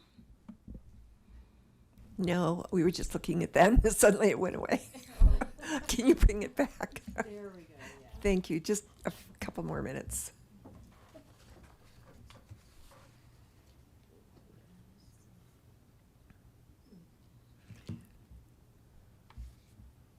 I see in a lot of these funds, we're actually spending more in 2026 than we did in 2025, even though we are working in a smaller budget. It's interesting. For example, the fleet fund, and we're purchasing vehicles. I understand that. Yep. Yeah, fleet fund is definitely vehicles. I think the enterprise funds, it is going to be the CIP. Okay. Yeah. Well, they're not, the funds aren't all experiencing the same headwinds. So if council will remember when we talked about the budget process, we really talked about what was impacting the general fund. So you have the adjustment to property tax, sales and use tax. And so even though it had those headwinds in, we still have additional funding, and then we have use of fund balance, but the margins are lower than they have been versus the enterprise funds. They have different revenue streams coming in, so they're going to look different in terms of what revenue versus expenses is turning out to be. Some of them have rate increases that have already been codified. Some have some that you're considering. So really the general fund and the funds that we talk about utilizing sales and use tax. So once again, open space, public safety, transportation, public improvement fund, and general fund, those are the ones that are experiencing the most difficulty in this budget process. Okay, and I think it's an important distinction as we try to sell this to the public. When they look at this same chart, they probably have some of those same, it jumps out at you, really. Right. So thank you for that. Yeah, Councilor Christ. Thank you, Mayor.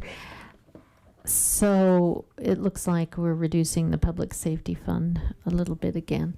If we increase to 300 units for the incremental development revenue, will some of that support the public Yes. safety?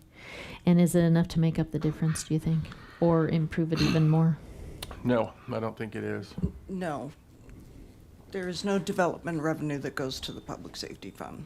Okay, so it's not going to support those positions. Predominantly sales and use tax and some intergovernmental. We've got some slides to show you on the public safety fund. Yeah. Okay, I'll wait for that. Thank you. Other questions? Councilor Popkin? Yeah, just building off of Councilwoman Chris, the enclave annexation for the dispensaries that we just directed, though, that will increase the public safety fund, right? Correct, Great. because Yep. the sales tax on the number of dispensaries will increase. Great, thank you. And back to Councilmember Chris' question as we talk about public safety fund. Increased development does support all of those funds through sales and use tax. Shifting the IDR number doesn't necessarily support it, but there is a direct correlation between development and the funding that goes into these other funds. Through the building process. Okay, thank you.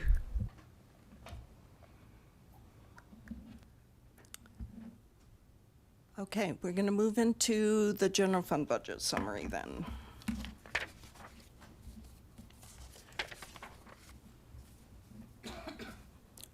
So the total general fund budget for 2026 is 131.16 million. It is 1.08% greater than our 24 or 25 budget, which is 1.4 million.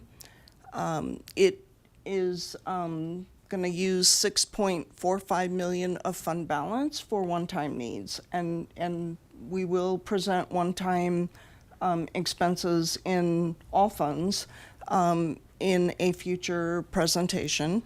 The ongoing general fund budget is 123.3 million, which is 3.6% greater than our current 25 adopted budget.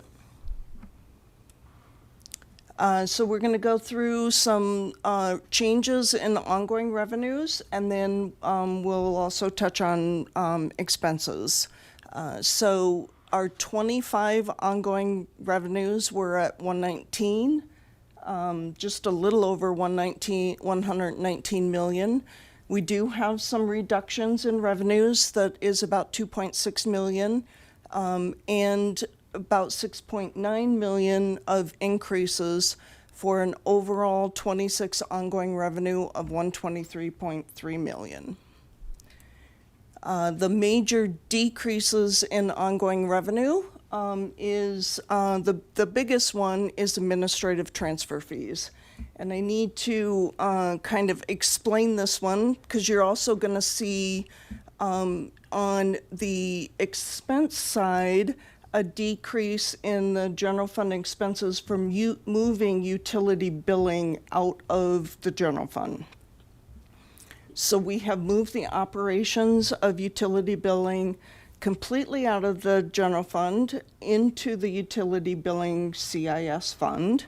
Now that they're getting to the point of having implemented the new CIS system, it just makes sense to put the operations of that system, i.e. utility billing, in that fund as well.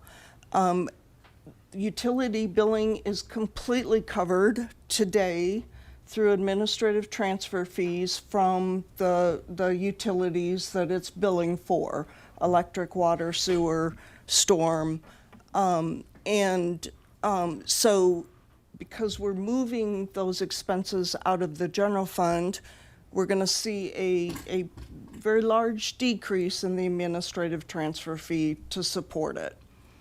In the utility billing CIS fund, there will be transfers from those funds, the utility funds, into the UBCIS fund to support utility billing, but the general fund is now completely out of utility billing as a general fund program.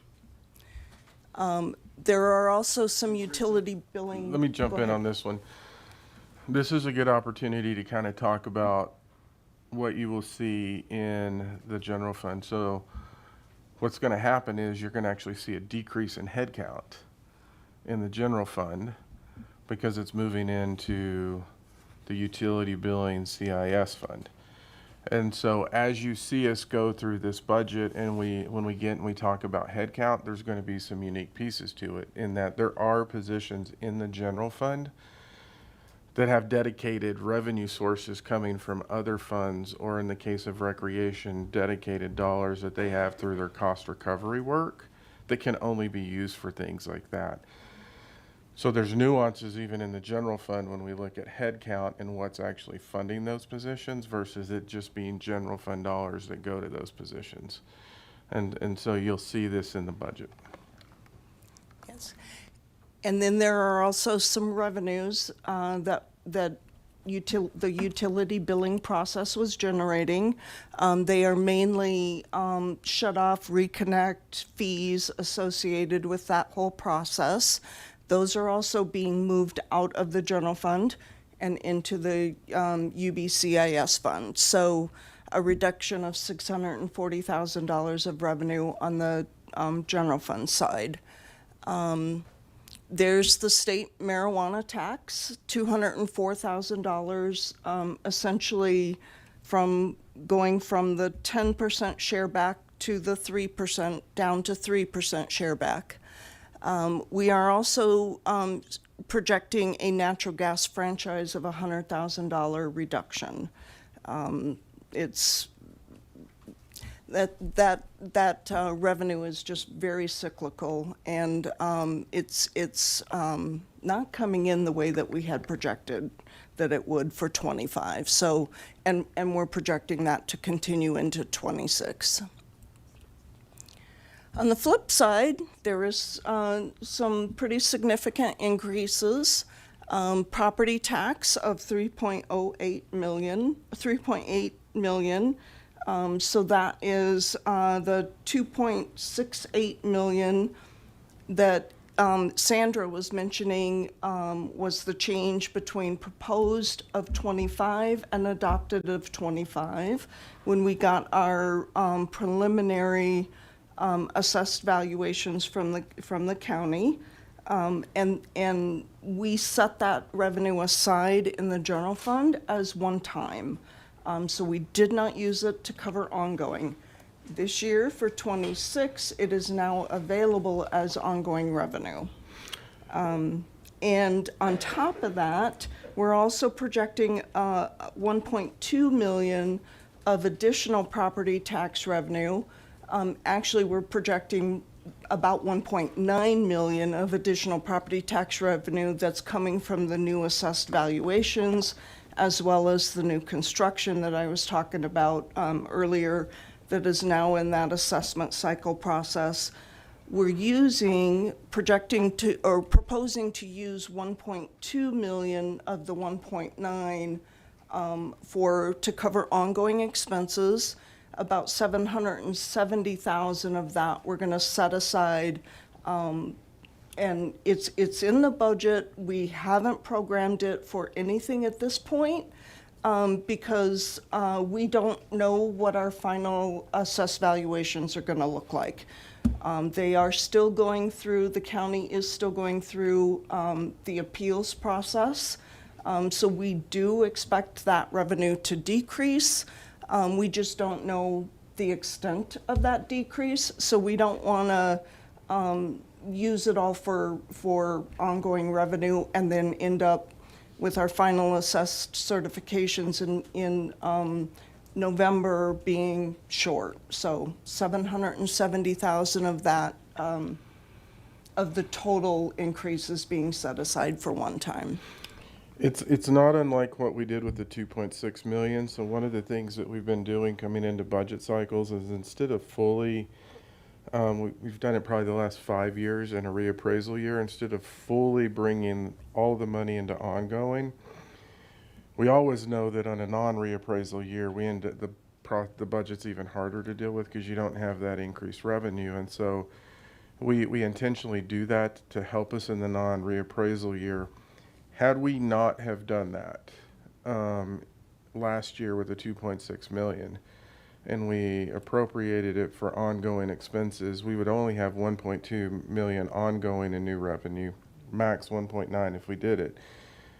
What that really would have created is a situation that we would have actually been, we would have had to have gone through making $2.6 million in cuts in order to balance the budget. So it's a relatively conservative strategy that we use in budgeting to make sure that we're smoothing the curve out from year to year.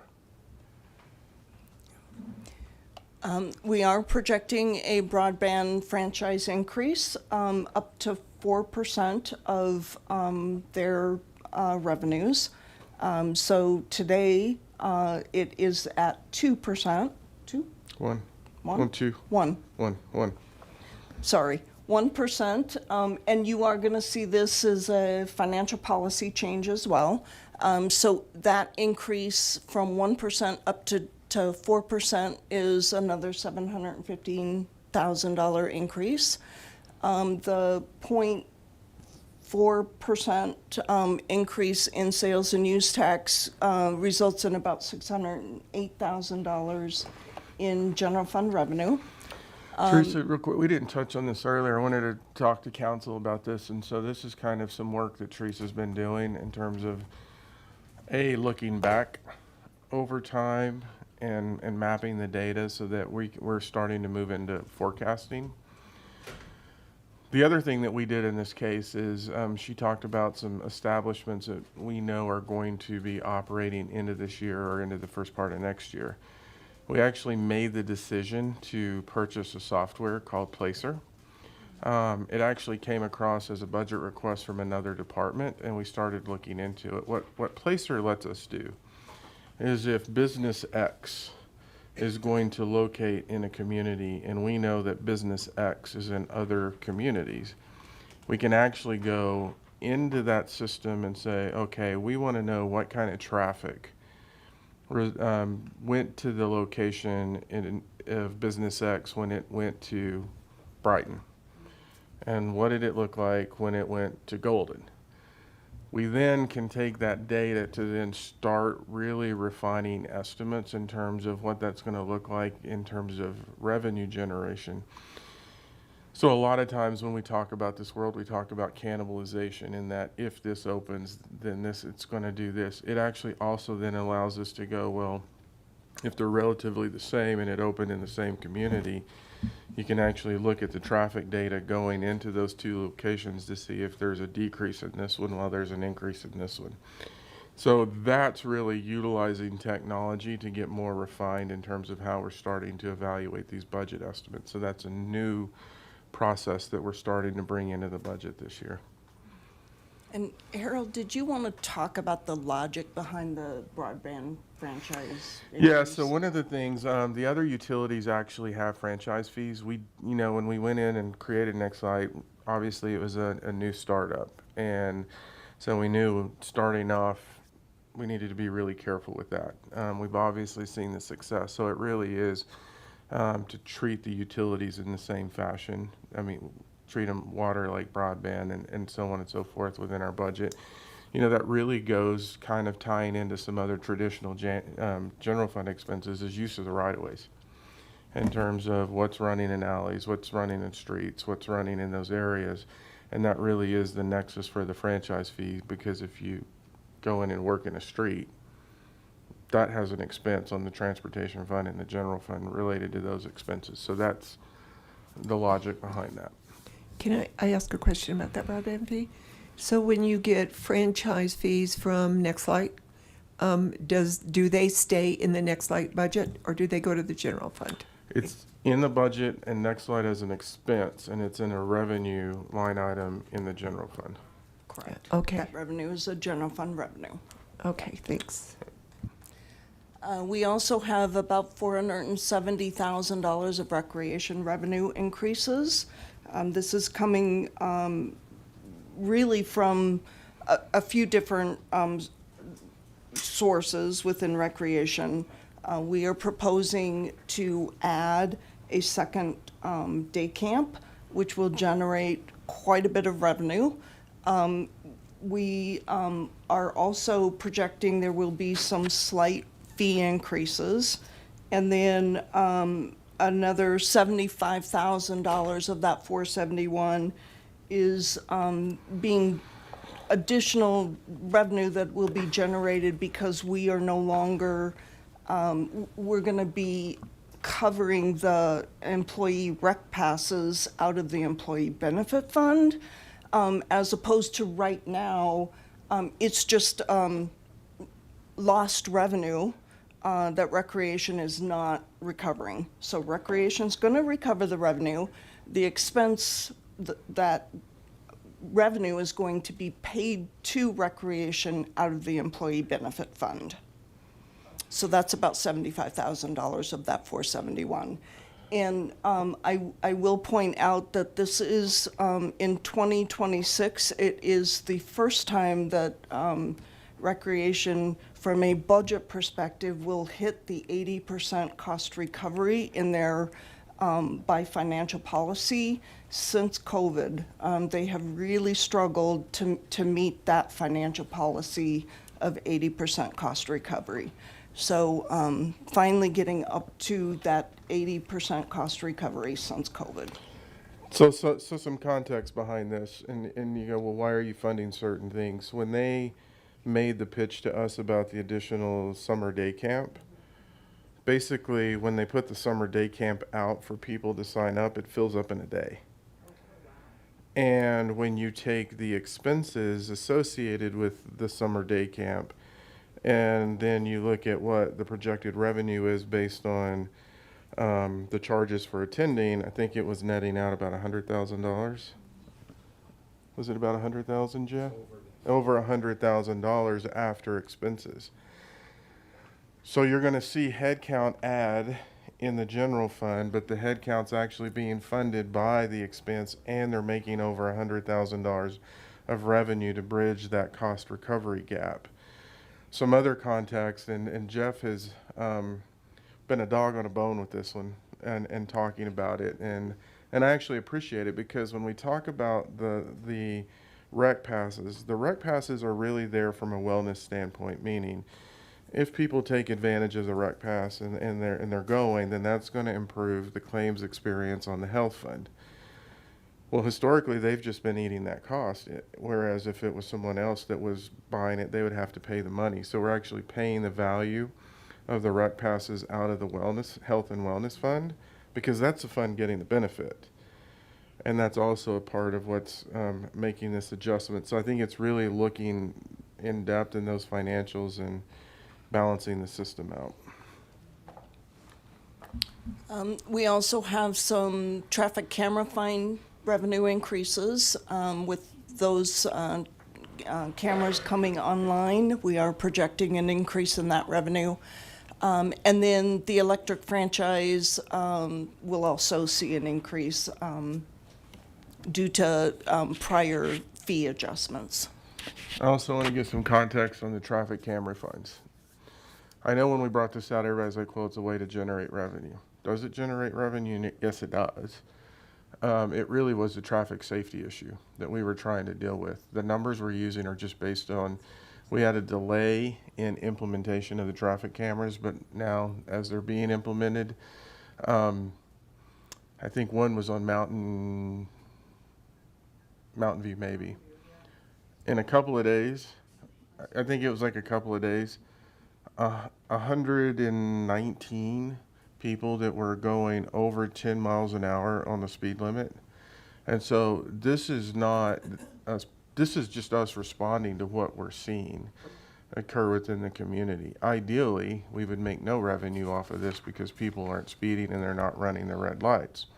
I'll just hand you my paycheck. The reality is, well, and it's interesting, I would tell you, so I'm the victim of this in Fort Collins with my kids. They can't seem to figure out, and they keep getting hit by the same cameras, but it's starting to resonate in, we need to be careful. And so I think what it's telling us is we have a speeding problem and we have a red light problem, people running red lights. And that's really what this is about. I don't want it to get lost in a revenue conversation. We have problems. Okay, so moving on to the ongoing expense in the general fund.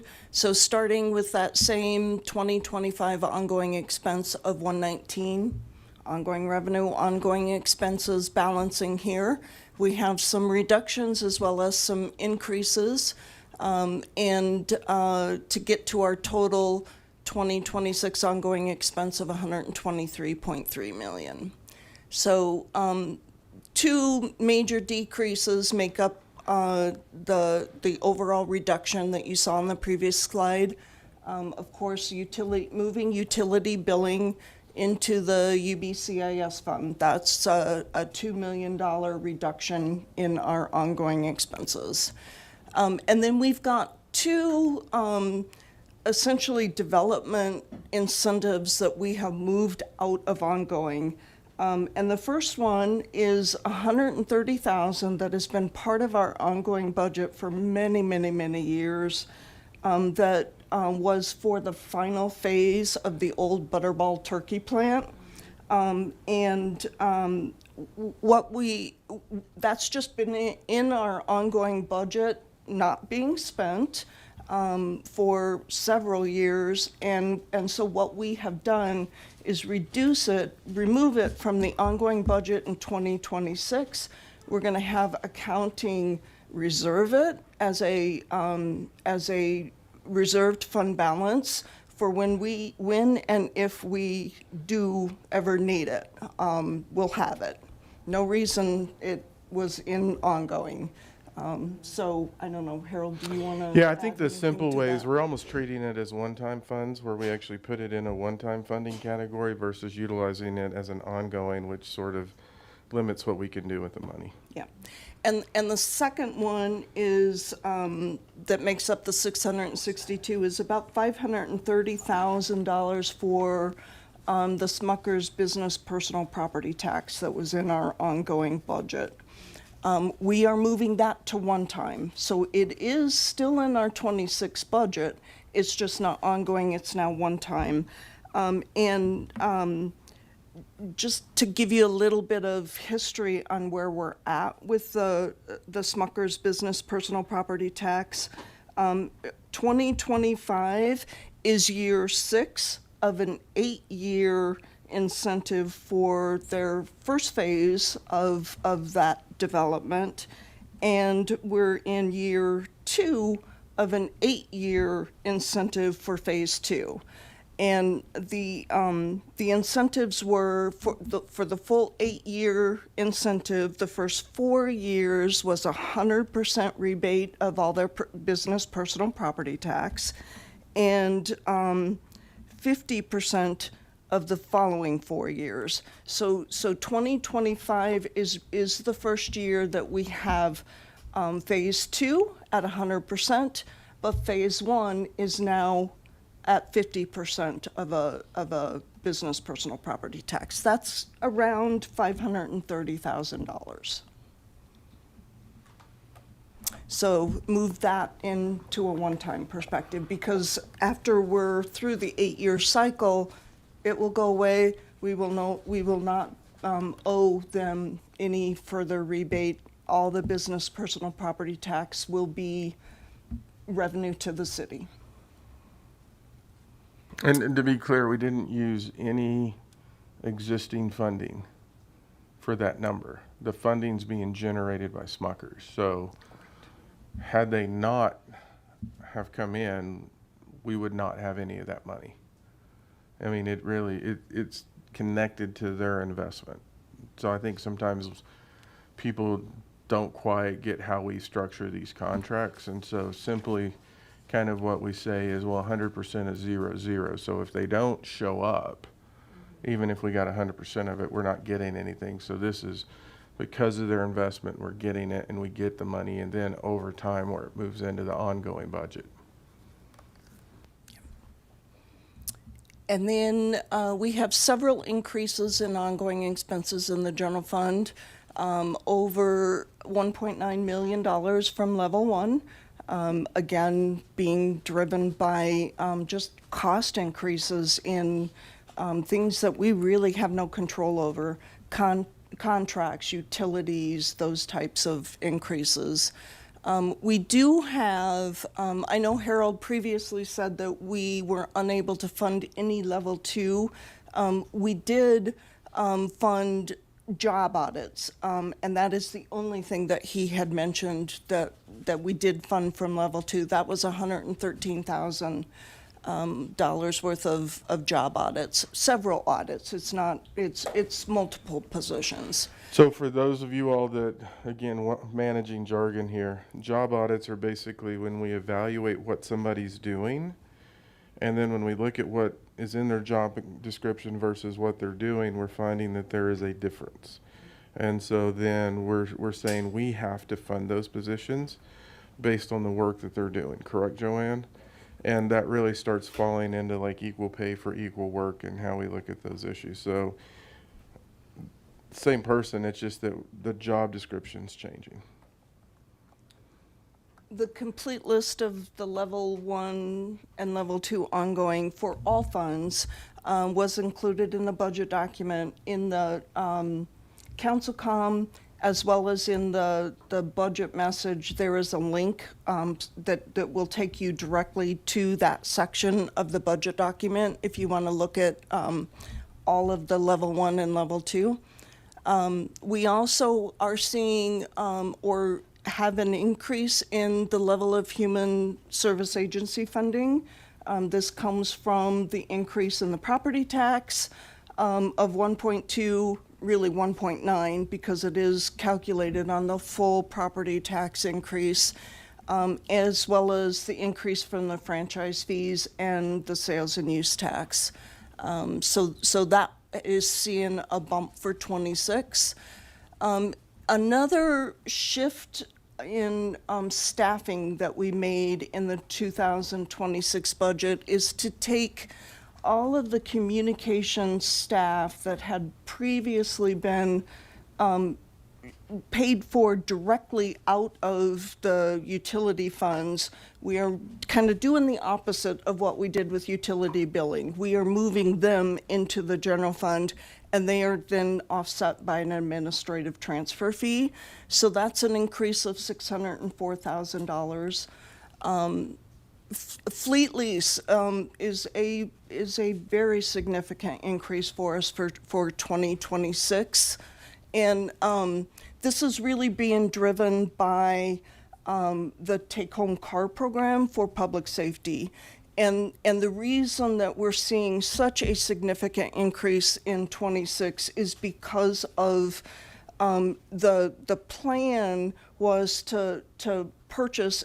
We funded them over a 3-year period. They were intended to be purchased over that 3-year period.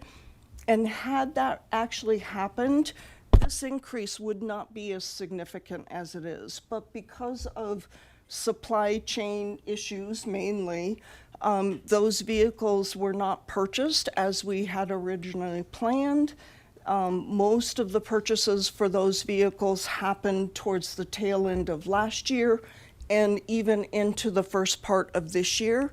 And so since those vehicles were not actually in service until this year, essentially, the O&M and depreciation did not start until those vehicles get put into service. So that 1.2 million is really hitting us all in 1 year, whereas we had originally planned it to hit us over a 3-year period. So that was a huge increase for us this year, or for next year. The other, Harold had talked about the kind of flip-flop that we did between the general fund and the public safety fund to help balance the public safety fund. We took 11 higher step police officers out of the public safety fund, moved them to the general fund, and did the opposite. We took 11 lower step officers out of the general fund and moved them to the public safety fund. So no change in total FTE between the funds. We're just kind of shifting higher for lower step positions to help budget that public safety fund. That was about $445,000. And then the biggest increase, $2.5 million for collective bargaining pay increases. This is year 2026 is year 2 of their 2-year contract that guaranteed them a roughly 3.25% increase. And it really is just getting them up to market. They had gotten quite far behind market when we had the prior 3-year agreement. Market just moved faster than the pay increases that they were guaranteed in those 3 years. So this is bringing them up to market. So the collective bargaining, is that both fire and police? It is both. Okay, Yes, thanks. this 2.5 is both. Okay. As well as the new RHS plan that they negotiated for last year, that continues that, and year 2 of a 2-year 457 contribution for fire. That is included in that $2.5 million as well. And it's not, I mean, it's police and fire primarily. Dispatchers are also covered by the collective bargaining agreement. Yeah. There is some CSOs that are included in the agreement. So the bulk of them are certified police and fire, but there are other groups in that agreement. Okay, so that is really the general fund at a high level. I'll stop there before I move into the general fund balance. Any if there's questions or comments? Looks like we're good. Okay. You're explaining it very just well. Quickly want to talk about our general fund reserve policy. This is where we're at for 2025, both from a policy target as well as our current funded reserves. Tabor, the essentially unused portion of the general fund balance, and unused merely because Tabor requires, if you have to use this for an emergency, you have to replenish it by year end.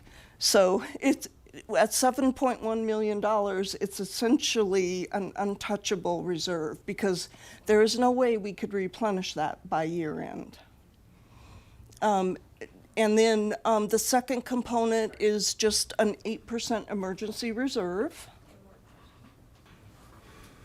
I just wanted to make sure I heard that correctly. You're saying if we were to like allocate some of that 7.1 million Essentially, it's now for say like new speed cameras or speed bumps or something like that, we'd have to replenish it by the end of the calendar year or the end of the fiscal year or both? the end of the calendar fiscal year. So we'd have to come up with that money to fill it up. So it's really like a very temporary Band-Aid, if that. Yes. I think the best example is if we had a flood that was bigger than what we had that required us to dip into the reserves. Mm-hmm. If we used it, we would have to replace it by the end of the calendar year, which inherently, from a reserve perspective, makes it unusable. Because if you're in a situation where you have to draw down on that much money, you've got Yeah, it'd be different if it was like the next year. where you had a bigger little bit of problems you have to deal with, which then leads to the need for an emergency reserve and then the stabilization reserve, because then those are actually what you become functional. So this is $7.1 million the city of Longmont has that we really can't use for anything. Correct. Cool. The 8% emergency reserve is touchable, but it takes a supermajority of council for us to tap into that. And then the stabilization reserve is the one that we've been, discussing with you in terms of tapping into to help bridge our sales and use tax issue for this year. We are projecting, as of the end of June, we were projecting we may need to use approximately $2 million of that. I really do think our July sales and use tax numbers are going to look better. And so we may not need the full $2 million, but there is $7.7 million in that portion of the reserve. And then going into 2026, this is what the reserve would look like. so this assumes no use of the stabilization reserve. So whatever we end up having to use of that really comes off the top of these numbers. The Tabor reserve gets calculated at the end of the year. So in April of '26, we'll be calculating the new Tabor reserve for '25's year end. So these numbers that are shown here are just the same numbers that you see on the prior slide for '25. Because we haven't calculated it yet. We've got to complete the fiscal year end in order to calculate that. I do expect it to go up though, but by how much we don't know. So the 8% reserve is 8% of the ongoing general fund proposed budget, and then we have not in as part of the budget, we have set aside $3.5 million of fund balance from our fiscal year '24 year end that we will contribute to. It'll help fund the increase in the Tabor reserve. It'll help fund the increase in the 8% emergency reserve, and then we're projecting, assuming we don't need to use any of the stabilization reserve, with that 3.5 million, we could get a stabilization reserve that is fully funded at the 8% level. So again, assuming no use of stabilization reserves, we could be going into '26 with a completely fully funded general fund reserves at the highest level for the first time. So I have a question. This brings me back to the RTD reserves. Why are we needing to fund them 100%? Well, that is our financial policy. Okay. So I think there's, we're funding it, we said, on the stabilization reserve, 3 to 8% of our total budget. So funding it at 100% to meet the 8% requirement. Okay. I think the RTD example is their reserves are 100% of their total budget. That's the difference. That's the difference in this. Okay, thanks. I do have another question though, and this is, do we not have, at one time, the city had their own in-house financed health plan? Do we not have still money in that plan? And where would that be held? Is it in one of these reserves? Is it a different plan? And how much money is in that? It is the health benefit fund, and we do have some slides on that one as We do. well. Oh, thank you. We'll Okay. get to that one Yeah. for you. Any other questions on the reserve before we move on? I think we're good. Thank you. All right, now we're going to move into the public safety fund. Just a high-level budget summary on the public safety fund for you. The original public safety tax was approved by the voters in 2006. Starting in 2007 is when we first collected this tax at the 0.325% level. And then in 2017, it was increased to what it is today, the 0.58% level. Our '26 total budget for the public safety fund is $20.78 million. It is in total $300,000 less than last year. And it may be a little deceiving because our ongoing budget in the public safety fund is increasing by $549,000. And I have another slide that I'll show you that you'll see where these increases are coming. The overall decrease is not due to ongoing budget. It is really from the one-time budget. There was $1.5 million of one-time funding in '25, And we are only proposing one-time funding of $763,000 for 26. So that's where your total reduction in the fund is coming from. Okay, so major ongoing revenues, a total of 18.7 million of sales and use tax, a slight increase from 2025 due to our projected revenue increases there. There's $1.7 million in intergovernmental. Predominantly, this is coming from St. Vrain Valley School District for the SRO program. Most of our SROs are in the Public Safety Fund, but there is also some grants and other intergovernmental revenue that we'll receive in this fund as well. 160,000 of firing range revenue. And then major ongoing expenses, again, the 445,000 that we moved out of the public safety fund into the general fund. So that was a reduction in ongoing expenses. But then we had an increase in ongoing expenses from level 1, ongoing additions, and again, that full list is in the budget document. And fleet lease, 883,000 of ongoing expense, and this is being driven by the same take-home car program that I was talking to you about in the general fund. We have a question from Councillor Popkin. Yeah, super quick here. When we were talking about the dispensary annexations before, I think early in the year you run some back of the envelope numbers, Harold, on like what we'd potentially expect to get from that would go to the public safety fund. Do you still have that on the top of your head? No, we'll have to bring that at another budget presentation, because I know we talked about it, but we...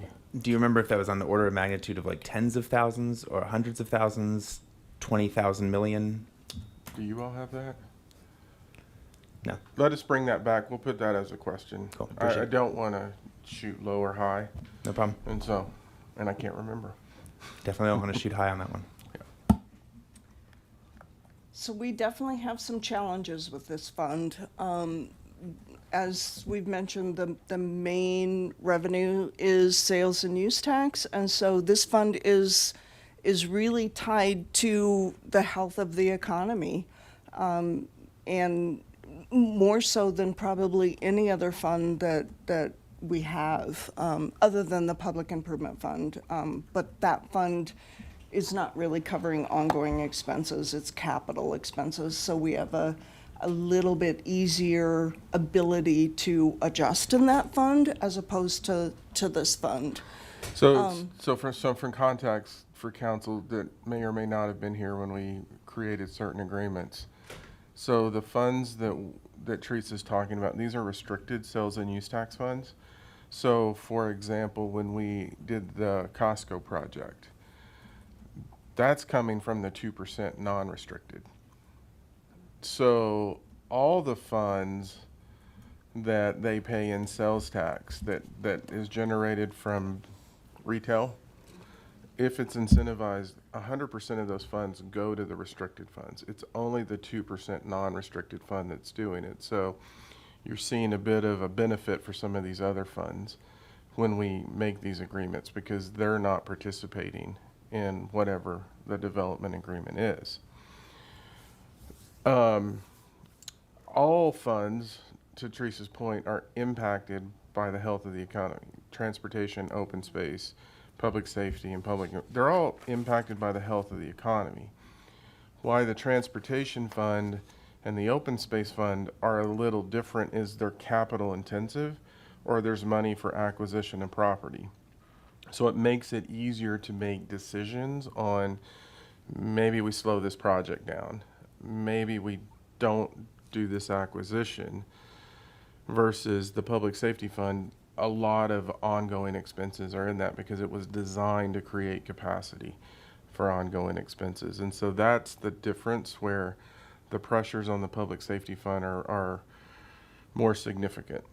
And they don't have property tax behind it like you do in the general fund and all the other revenue sources. So that's why we're moving, and technically you can move from the public safety fund to the general fund, but then coming from the general fund, you can't move from the general fund to the public safety fund. And the way that it was created, so there's other rules that are in place. Yeah. So 82.3% of total expenses and 85.4% of the ongoing expenses are people in this fund. The attachment E in your council communication, in your packet, is a 10-year pro forma for this fund. We are projecting to end 2026 with a $4.3 million fund balance. So we have been drawing down on that fund balance predominantly to fund additional unexpected costs for safety and justice rehab. Those were additional appropriations that you all approved 24 and then into 25 has drawn down on that fund balance. It's just a struggle. The 3% sales tax growth that we are using in the pro forma does not is not sufficient enough to keep up with the level of ongoing increases in that fund. So this fund is definitely a challenge for us. All right, so I'm gonna stop there and see if there's any questions. Any questions or comments? Nope. Seeing none? Okay, Go on. we're going to move into compensation and benefits, and Joanne is going to come up and present that to you.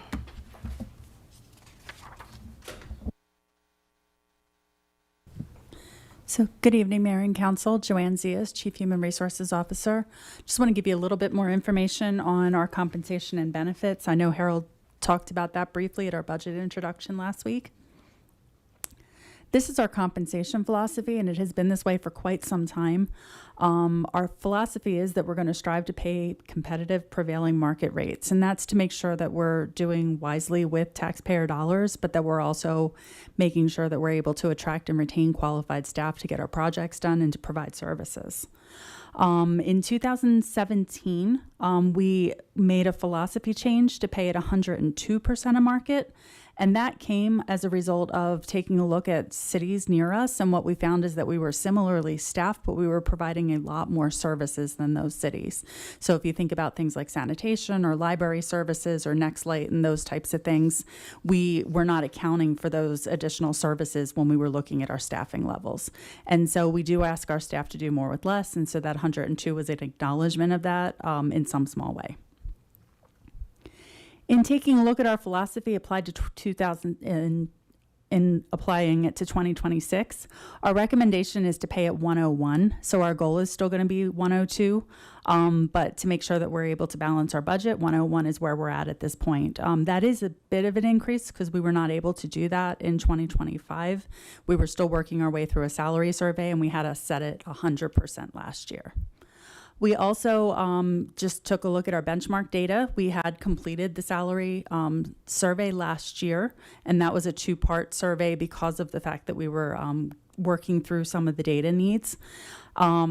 We do have the data all there, so all we did is update it this year. We updated our midpoints to make sure that we had all of our current midpoints correct. If it was below the target range, we increased it. If it was above the target range, then we did decrease that target range. This is some information about where our municipal positions are. So we really try to take a look for primarily municipal positions at the market near us. And so we look at cities that are a little bit smaller than us, a little bit larger than us, and bring those in and make that the market. For positions that have private data, then we also incorporate private data. Pay factors is the primary data piece that we use for our municipal information, and we do have all of our cities participating in that, so we are able to get it. And where applicable, we do incorporate that private data. This slide talks about where that private data comes from. We do use a Mercer database we use Willis Tower Swanson, we do use pay factors, and we use Mercer as a healthcare survey for applicable positions. So we make sure that we're going to the data that's going to be the most appropriate for those roles. And we actually go position by position and say, what is the benchmark for this position? And we establish the benchmark job by job. So Joanne, I don't know if you mentioned this, pay factors is an interesting shift for us because historically we'd use Mountain States and the participation by cities was varied at best. The distinction in pay factors is most of the cities in the metro area, I believe, are now utilizing pay factors. Correct. And so we're getting really good data sets from all of the cities in the metro area in the Front Range. Yeah, what we were seeing in the past is that you would have years that certain cities would participate and then other years that they would not. And so the data would go up and down depending on who happened to answer it that year, whereas pay factors is normalized for us. If we have anything with national data, then we are putting a geographical differential on that. We do use 10% for that because what we're finding is that our compensation for the state of Colorado and the Denver Boulder area is requiring that to make sure that we're at the local rate as opposed to being at the national rate and too low. We do match to the 50th percentile of the market, so we're always looking at the range. We're not looking at individual salaries, except in a few individual cases where we need to do that. Does council, when we talk about 50th percentile, is that clear what we're saying for everyone? Okay, for the public, what that means is we basically take the low to the high, we average the number, and the number that comes out in the middle is how we're establishing market. So we typically pay average. I mean, and it's a way to translate the 50th percentile. So we're not the lowest, we're not the highest. We're right in the middle of the market. Yep, and we're looking at pay ranges as opposed to Right. looking at anyone's individual salaries. For our non-bargaining positions, what we've found this year, and this is the first time that we've actually found this, after doing the salary survey, we were pretty aligned with market in many positions. And so what we do have is some positions, about a third of our positions, that have an increase in their salary range. We also have a significant amount that have stayed the same, or the range has actually not gone up as we had projected, so we needed to bring that range down a little bit. And so with that, we're not really recommending any additional market movement this year. What we're going to recommend is that we move up to 101%, but we're not changing that data to make it higher to account for next year. We're also recommending that we continue the exceptional pay budget. That is a year-by-year dollar amount that individuals earn. They are recommended for that. We review those on an individual basis, and then they're awarded that for the next year. It does not continue on to the next year unless they earn it again that following year. For special positions, and this is the collective bargaining positions, Teresa talked about this a little bit. We are in our second year of a 2-year CBA, and so with that collective bargaining agreement, we're just recommending that we continue those agreed upon rates. With LPC, those are step positions, so we do keep those on a step structure. Those are really the only positions we do that outside of collective bargaining, and the reason we do that is because that is what the market is. And so to make sure that we're competitive and we're able to move people through that learning and through those experience levels, we keep them on step.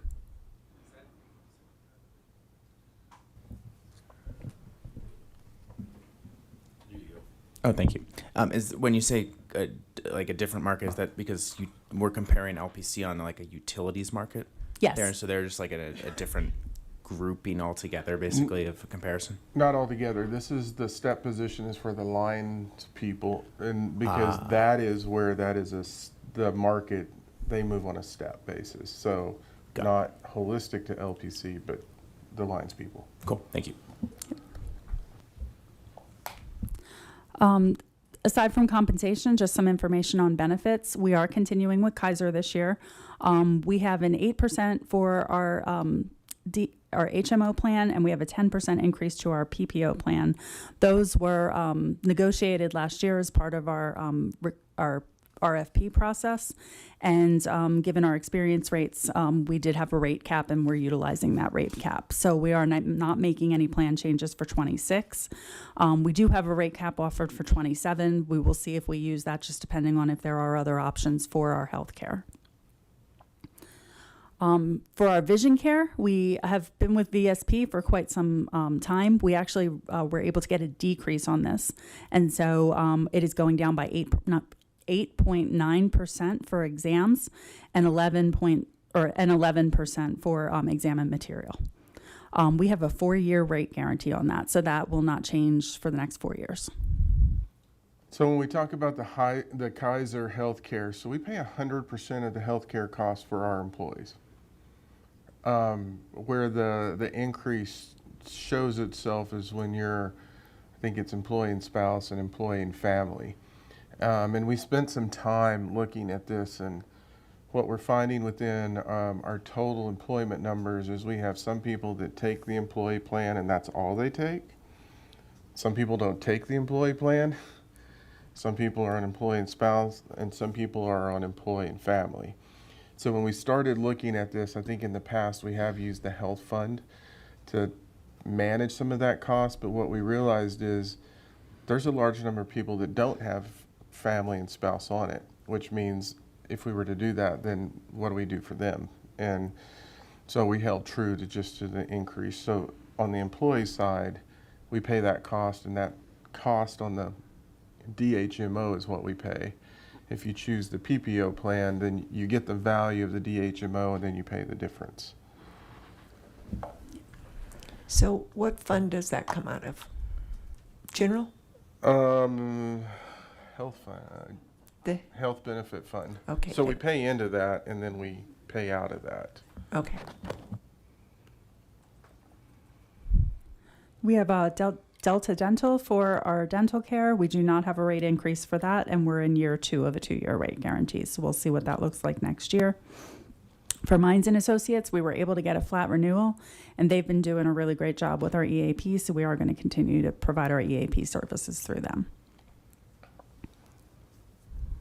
Just going forward in the future, we are going to continue to take a look at our benefits. We're anticipating keeping the philosophy for compensation and just making sure that we're reviewing our benefits to ensure that there's some best value for that we have a good cost proposition, and that we're able to meet our needs. We're always taking a look, especially at our health plan, just to make sure we have the right health plan, that there is not anything that gives us the best cost benefit aside from that, and we will continue to do that.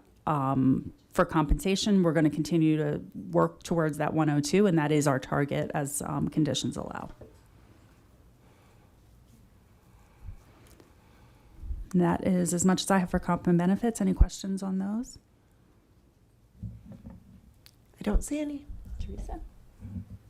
All right, we're going to move into the pension plans then. So starting with the Old Hire Fire and Old Hire Police plans. These are closed plans, not very many members and or beneficiaries remaining in these plans.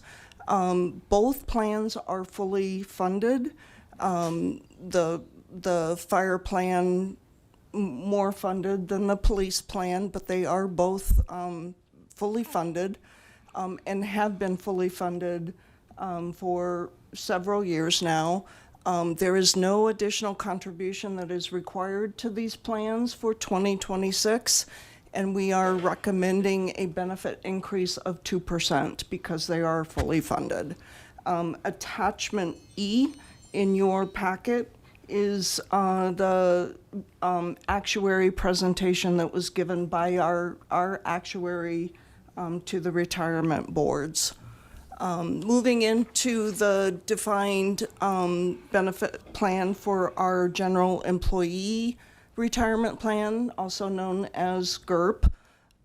This plan has quite a bit of history in the council communication that we went through. It was fully funded prior to 2008.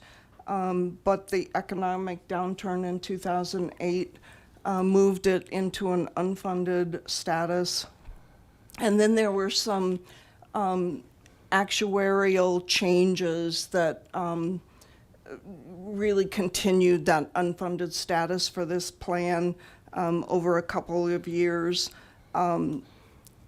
The fund is 84.3% funded with an unfunded liability of 42 million. So Tabor really Tabor dictates that we cannot give a pay increase to the retirees because this is an unfunded plan. And our employer contribution, required contribution per our actuary study is 8.6%. However, in our 2025 budget, we had been contributing 9.4%. And so we are going to continue that 9.4% contribution to this plan to try to make some ground on this, make up some ground on the unfunded status of the plan. The city has, over prior years, has made some additional one-time contributions to this fund from the Employee Benefit Fund, which is had and still does have, and you'll see that in a little bit, a pretty healthy fund balance. And so we have been able to make contributions, transfers from that fund into this fund to try to really make some ground on that unfunded status. The actuary is projecting that this plan will not reach a fully funded status until 2044. So quite a number of years before they are projecting that it will be at a fully funded status again. So, context on this, you see some of our retirement funds over 100%. You see this one at 84.3%. If you look at different state funding systems, they're in different places. I think for context, I'm looking at Para. Their funding status is 69.2%. So it gives you a sense, 08 really hit a lot of pension 84% funds. is really good. So, I mean, when you're looking at this number, 84% is good. There are some public systems that are over 100. It depends on the structure of that. Yeah. So in addition to those plans, the police and fire retirement plans in 2022, both police and fire did negotiate to move back to FPPA, to their pension system, and although it was optional, not all police and fire employees chose to move back to an FPPA plan. So that first, the city defined contribution plan is the city's plan that all police and fire were in prior to the move back to FPPA. And we do still have a fair number of both police and fire in that city plan. And then several of the employees did move to one of the three FPPA plans. All new hire police and or fire employees are going into the FPPA defined benefit plan. So our city defined contribution plan is also a closed plan. No new members are becoming in that plan. They are all in the FPPA defined benefit plan. And FPPA does really dictate what the rates will be for those plans. Our city defined contribution plan contribution remains the same at 12.10%. That's what it is today. The two Two of the plans for FPPA had a slight increase, and that is the for the reentry employees and the post-21 employees. So slight increases in contribution rates for those two plans. The hybrid plan is the same as it is today. So those are the rates that we had to budget for the city's share of these retirement plans. Okay, so onto the health benefit fund then.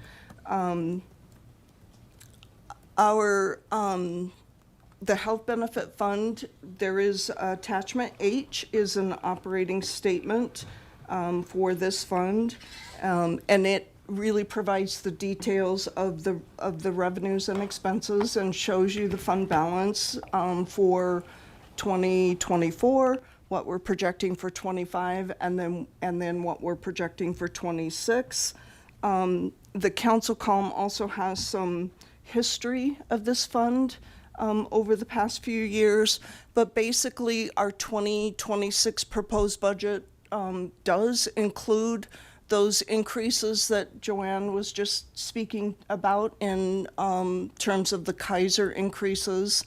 The city contributions to the employee, the health benefit fund remain at 14.5%. That is sufficient to continue to fully fund that fund and cover all of the expenses. And there are some additional costs beyond the actual benefit, the provision of health benefits that this fund covers.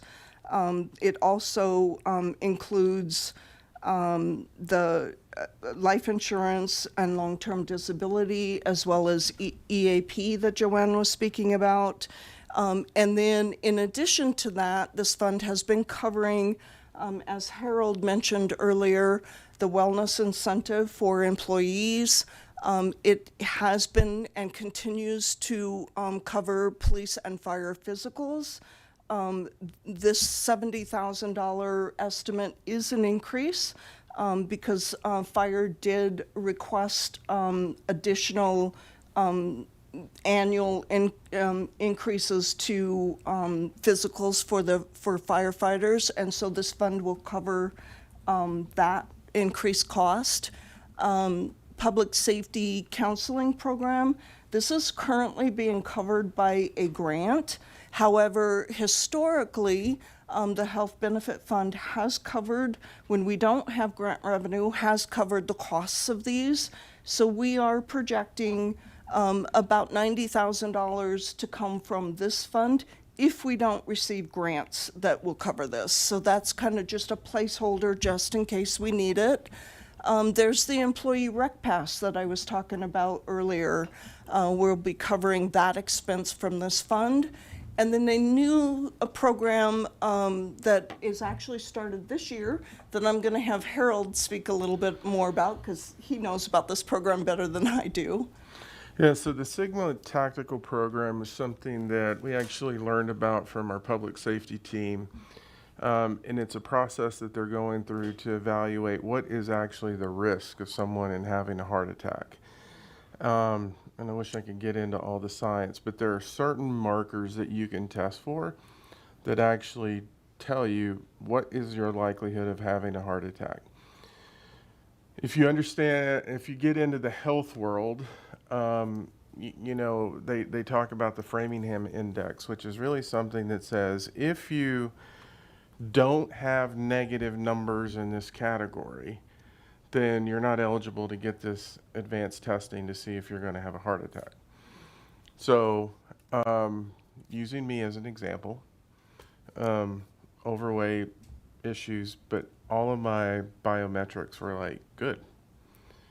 So you couldn't get that testing. What they started finding in the public safety arena is that they started doing this testing because there's a lot of science out there that really is talking about stress relation to heart conditions, you know, how long you're working, all of these issues. And What they do is they actually do a test where they actually do a more comprehensive blood work on you.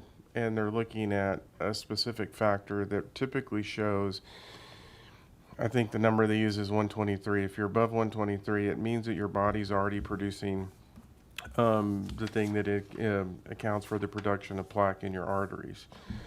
In addition to that, they do a sonogram of your artery in your neck to see what is, does it look like from a blockage standpoint there, because there's a high correlation that if you see plaque blockages in your artery, what that's going to look like in your heart. And then they run you through a VO2 light test where they have you connected to an EKG machine. And so then they review this data and they kind of say, here's where you sit on your current condition.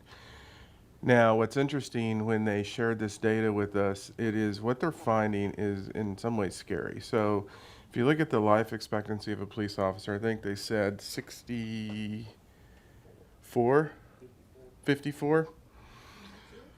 Average life expectancy, and you're seeing this, but we're also seeing other trends within just the organization generally.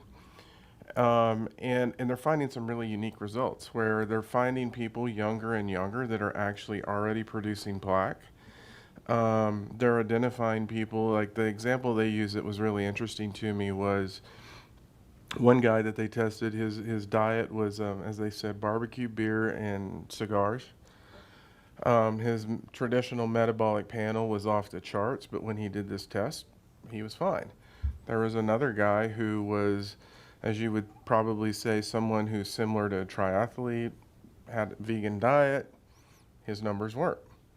So they're starting to get at then the genetic component of this. And so for me, there were a couple of things. One, I will tell you, since I've been here, I've seen way too many examples of people who retire from this organization and within a year, they're having a heart attack and passing away. We've had a number of people in this organization who have had heart attacks while they're employed. And our, as I said before, our people are our most important resource. So let's take that side of it and go, how do we take care of our people?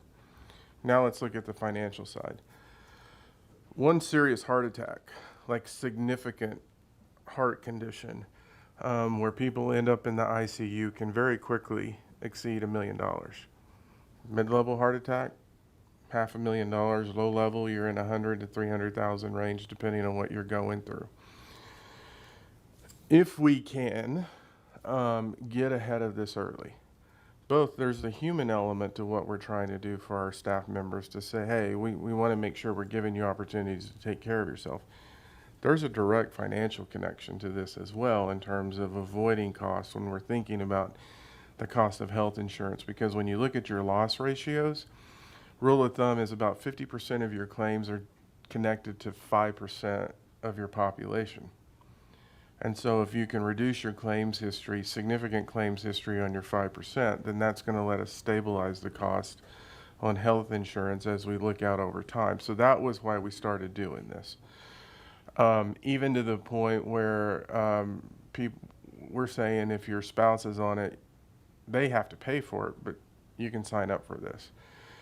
Because we're not even talking about the loss of time that people have when whether they're going through these issues or whether their spouse is going through it, what that does in terms of staffing levels and those types of issues. And so we made the decision to move forward with this. The other thing that made a big impact on this, City of Corpus Christi called these individuals, and the assistant city managers was quizzing them on the data. They did it for their public safety department. They didn't do it for the rest of their department. Their claims numbers on their public safety department trended down. Their claims numbers related to heart-related conditions on their general employees went up. And so we made the decision that because we had the money in the health fund to start this process, and it's going to be iterative, but what we're trying to do is balance, really make sure we're taking care of our folks, because we know that the stress levels are unreal across the board. And we know there's a financial cost to that. And so as they continue moving through this, we'll get a sense of the numbers. We may see a slight uptick in claims cost. A lot of it may be people moving on to statins or maybe some people needing stents and other issues, but they're not having a full-blown heart attack. And so we expect the numbers to maybe do this and then hopefully start trending down over time. So that's really what this program is. Sounds amazing. Councillor Popkin. Not to over-index to the financial piece of this, but are there like health insurance savings or incentives by running this kind of program? Like, is it caught up to that? No. So we tried. And I mean, the problem is, I think the health industry itself is in a tremendous state of flux right now. And something that we're finding that it's hard for us to wrap our minds around is there is a direct correlation. Yeah. But there's also an increased cost. And so they look at things based on plan year. Will there be? I think there will be, but we're going to have the data to show it, and it'll show itself more than likely when we go out for bid again. Sure. And that's when we, I think, can expect to see it. Got it. I appreciate you sharing that, all the work that you're doing there. Just wanted to add two more fun stats, not some fun stats to the discussion on this. One, in the general population, average age of a first heart attack is 65. For law enforcement officers, that average age is 46. And then we mentioned kind of the was it the line of duty death rates, but 55% of firefighter line of duty death rates or deaths are due to stress, overexertion, heart attacks, and strokes. 55%, more than half. Thanks for the work. Yeah, it's a serious issue, and we're seeing it, and that also goes to the counseling program, because we know the things that honestly our team members are dealing with are challenging, and that's why we're putting the money into the counseling program as well. They have a peer support team both in police and fire. We've actually created one for our just general employees as well because of that issue, because unfortunately things that used to be solely you only saw in that world, we're now starting to see it in all of our worlds in terms of what our staff are dealing with. And so as we look at mental health, that's an important piece of what we're trying to do as an organization, because that also plays into lost work time and those types of issues. And so we're trying to take a holistic view of how we're supporting our employees, because their job's not getting any easier. It's getting considerably harder. And so, Mayor, the answer to one of the questions that you had earlier, the fund balance, we're projecting at the end of 2025 in this fund to be at 9.8% or 9.8 million. So still a very healthy fund balance in this fund. We are projecting a slight increase in that for 26 to a little over $10 million fund balance by the end of 26, and that really is being driven by increased revenues. So increased cost of the health benefit leads to increased revenues coming into that fund. Also additional staff, FTE, the city's share of health benefit costs is 14.5% of salary. So as our salaries are going up, the transfers essentially from the city's share into this fund are also increasing. So why we're keeping it is there may be a point in time where we have to shift to potentially a self-funded program. Not that we're saying it's now, but if that ever occurs, it's much easier to make that shift when you have a fund balance than when you don't. And part of that's going to be based on what are the reinsurance markets doing, what's the market generally doing. As we work on these programs we talked about, it may make it better for us. And so that's kind of why we're keeping this fund balance in place. That is why we're keeping this in place. And this is the fund that I mentioned. We have moved some of the fund balance into our general employee retirement fund to gain some ground on that unfunded liability in prior years. So really quickly, we also maintain two self-insurance funds. One's for general and property claims, and one's for workers' compensation claims. So the city is self-insured for both of these, but really secures insurance coverage for claims above a certain level. So these funds essentially are used to pay for the deductibles or any amount that is below that level of insurance coverage. Revenues are just like the employee benefit fund or the health benefit fund. The revenue to these funds are transfers from the major operating funds of the city. And we are projecting the total transfers to these funds to remain at the 2025 level, which is in total $1.8 million to the liability fund and $1.3 million to the workers' compensation fund. Both of these funds did end 2024 with pretty healthy fund balances as well. Thank you for that. Questions before we Any other move on questions? to unfunded needs? Seeing none, we'll keep going. Okay. This is kind of the last major topic that we wanted to discuss with you, and it is a pretty lengthy topic here. As we've mentioned, we were unable to fund any level 2 ongoing in the general fund or the public safety fund outside of those job audits. And so there are some pretty significant unfunded needs in several of our areas in the general fund. Those include senior services, children, youth, and families, the library, human service agency funding, as well as parks and natural resources, the museum, and public safety. We're going to hear from some staff tonight, particularly in that community enrichment area and public safety. But I think Harold wanted to touch on some of these areas before we move into those presentations. Yeah, Mayor, Council, I think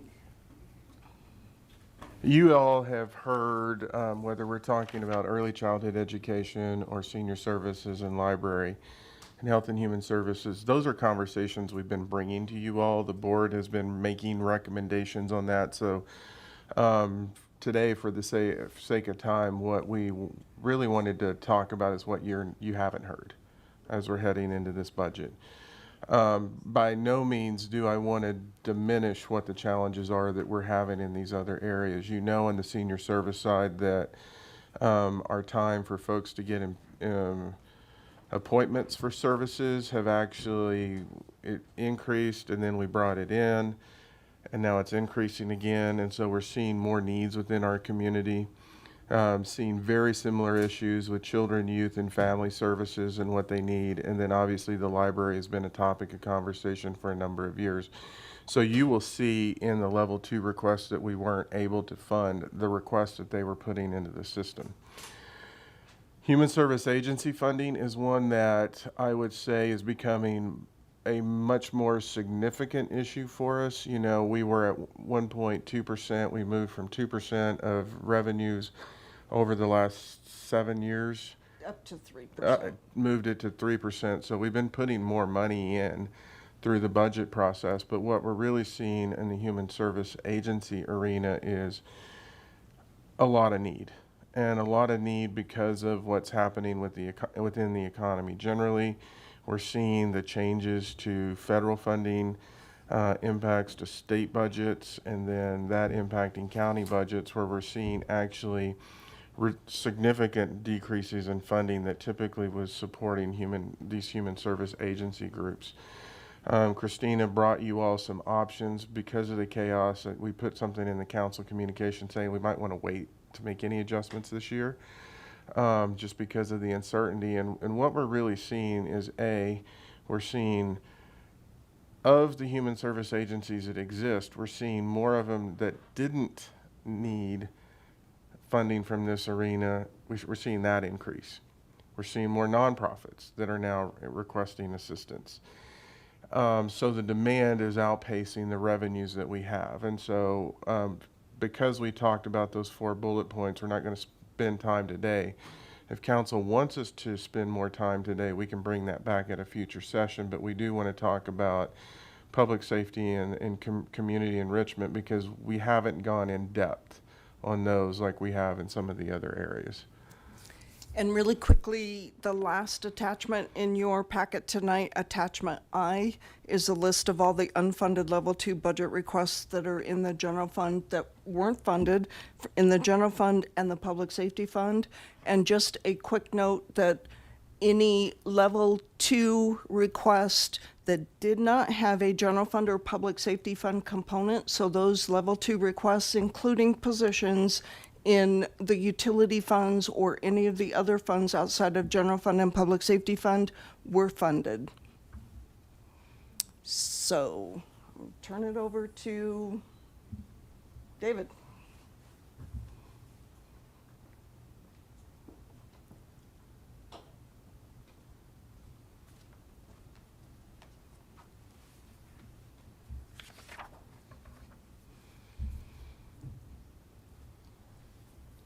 All right, good evening, Mayor and Council. Am I on here? All right, good evening, Mayor and Council. I should say evening, late evening. David Bell, Director of Parks and Natural Resources. And I'm glad to have the opportunity to do this, Harold. I said Parks and Natural Resources, didn't I? Director of Parks, Recreation, and Open Space. A new title for me, and I think, again, I think this group knows me. I think I have the best job in the city, some of the best staff in the city, and again, we provide some of the best outdoor, no-cost opportunities for outdoor recreation to our community. That's from our parks and open space to our greenways in the DDA, the Longmont Downtown Development Area. However, we know that these free amenities aren't really free, and that they do have a cost, and that's one of the things that I'm going to follow up on a lot of what Harold's kind of talked about last Tuesday and tonight as well. So we'll be talking about staffing, challenges, and some of the impact. So with staffing, we know that, as Harold mentioned, in the general fund, 2008, Play Day had an impact on staffing throughout the city as well as the parks and natural resources area. The 2013 flood, we had been asked to, redirect funds to manage that disaster. And then 2020, when we really saw how important our parks and open space areas were to our public for their mental and physical health, we also, again, were asked to do more with less. And then coming into this cycle again, we'll be looking at doing the same thing. Some of the challenges that we have seen is the use in our parks and natural areas has really increased.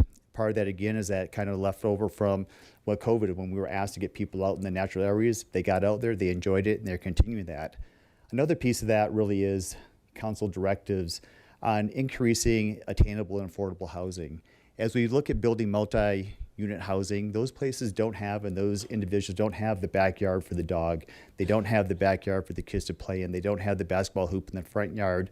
So our parks really become their backyard. So as we're building these places, we're definitely seeing that increase. I saw that in a ride-along with our park technicians when the parks went over by the Walmart over on 119 there. He immediately saw almost a doubling in the trash collection in that area because those parks are getting used by those individuals that don't truly have that backyard. If we think about the parks as a backyard, we also think about our greenways and the DDA as really our front yard. It's kind of the way we invite people into the community. And the DDA and our streetscapes really become part of our driving force for our economics in the community too. So we have that link between our parks and DDA and a quality of life that actually lead to some of the economic drivers for our community. The impacts that we're really seeing is the fact that as we see this increase, we don't have the staffing increases. We will see, as Harold mentioned this before on Tuesday, that we will see a decrease in the level of service that we can provide our community. You all may recognize this as Roosevelt Park and think of it as one of our 150-year-old parks that have been part of our community for a long time and a reminder of how long we have to maintain these parks. But as our park technicians look at this, they see all those pink lines and those dots as irrigation systems, as signs, as flower beds, as shrubs. So not only are we seeing increasing in the number of parks, it has gone up now to 45 parks in natural areas, but also we're looking at over, I think it's 8,900 amenities within those parks that all have failure points and have to be maintained over time.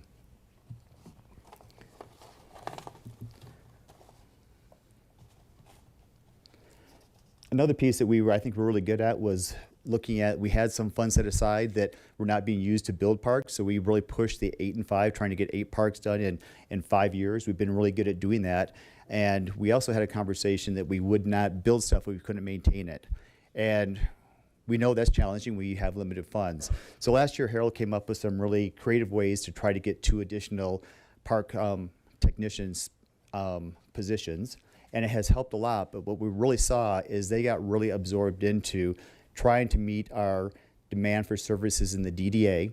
And also now I've had park technicians who've been here over 20 years and saying for the first time and probably since 2008, it's the first time they've been able to really dig in and do some of that deep dive work as far as irrigation along 3rd Avenue, electrical work they just have not been able to get to. So we know that we're basically just catching up with those positions and not really covering those new parks that we've added to our system.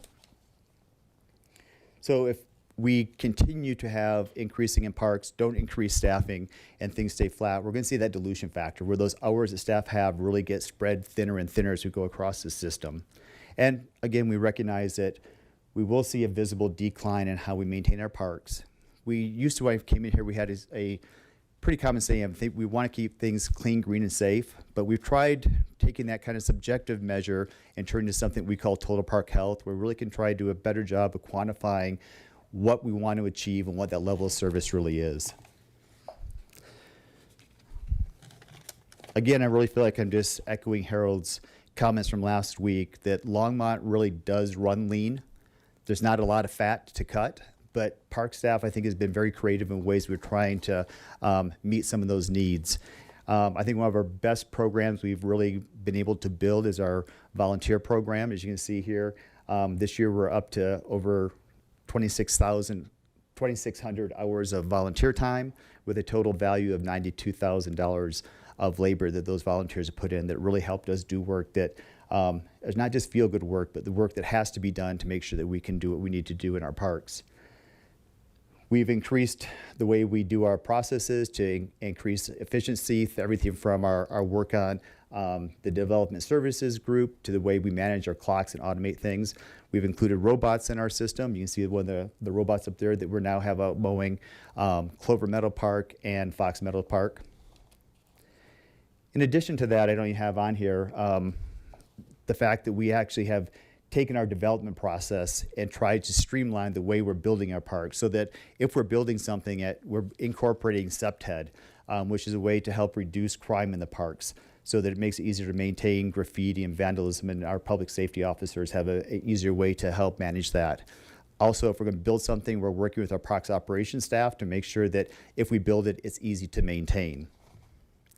And then again, we've increased contracting. We're trying to find that balance on where contractors are good, where our staff's good, and how we really kind of balance that piece. It's a work in progress, and sometimes contractors are great, and other times they cost us more than they really are worth. And I'm going to go back again to what Harold said, though. In the final piece, there are just places where we need staff. We need that higher level of service. We need people to manage the contracts. We need people to run the volunteer programs. So we really do need people in this system as well. This chart is a little interesting. Again, as we're trying to do the total park health and looking at the top line that's kind of dropping down a little bit is the work orders that we're trying to get closed out. We're closing out less work orders, but we're seeing an increased call from the public on calls for service, and that could be the graffiti, it could be the weeds, it could be the places where we're just falling behind as we're doing those things. And we really are, probably if you average that, probably doing about the same amount of work, but a lot of that really is coming from a call for service from the public that they're noticing thing. Hopefully part of that, we're trying to make ourselves more available through our system that we reach out to the public and say, if you see things, let us know. So again, we're really trying to fine tune that data, but again, just that recognition that if we don't have staff to keep up with it, we're going to see that dilution of hours, and we're going to see probably more calls for services and less ability to close those work orders.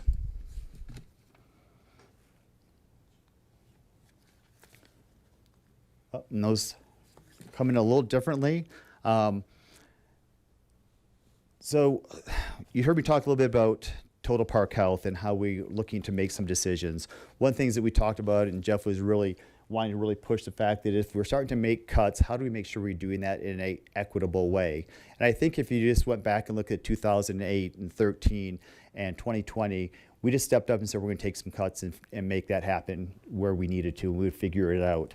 But with total park health, we're really trying to look at, we want to know what we have, what our resources are, what condition they're in, what the loss of maintenance cost us over time, and that if we want to make a cut, that it's going to be equitable across our system. That right now we're trying to make sure that our community parks and the DDA are in an A condition, our neighborhood parks are in a B condition, and some of the nature areas and right-of-ways more in a C condition.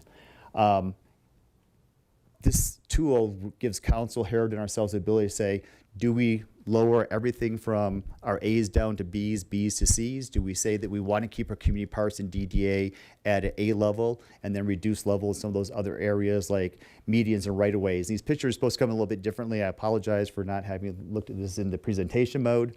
But clean, green, and safe can mean a lot of things. Weeds are green. A restroom can be clean, but someplace you probably don't want to go into because it's just been aged over time and not been maintained, over time. It just has that kind of tired feeling that Jeff talks about.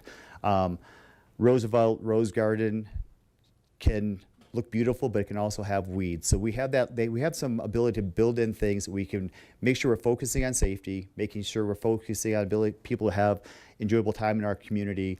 But some of those pictures up there, if you see the weeds in the median, I fortunately had to go out to our neighbors to the east to find something at that level, but that's what they consider, a standard of care in their community. And again, we don't want to see that, but as we have to start making decisions on where we want to have these reductions in levels of service, we're going to have to prioritize those in how we manage our parks, natural resources, and our DDA. Harold, anything? Questions on parks? I don't see anything, so we're... All right, Thank you, David.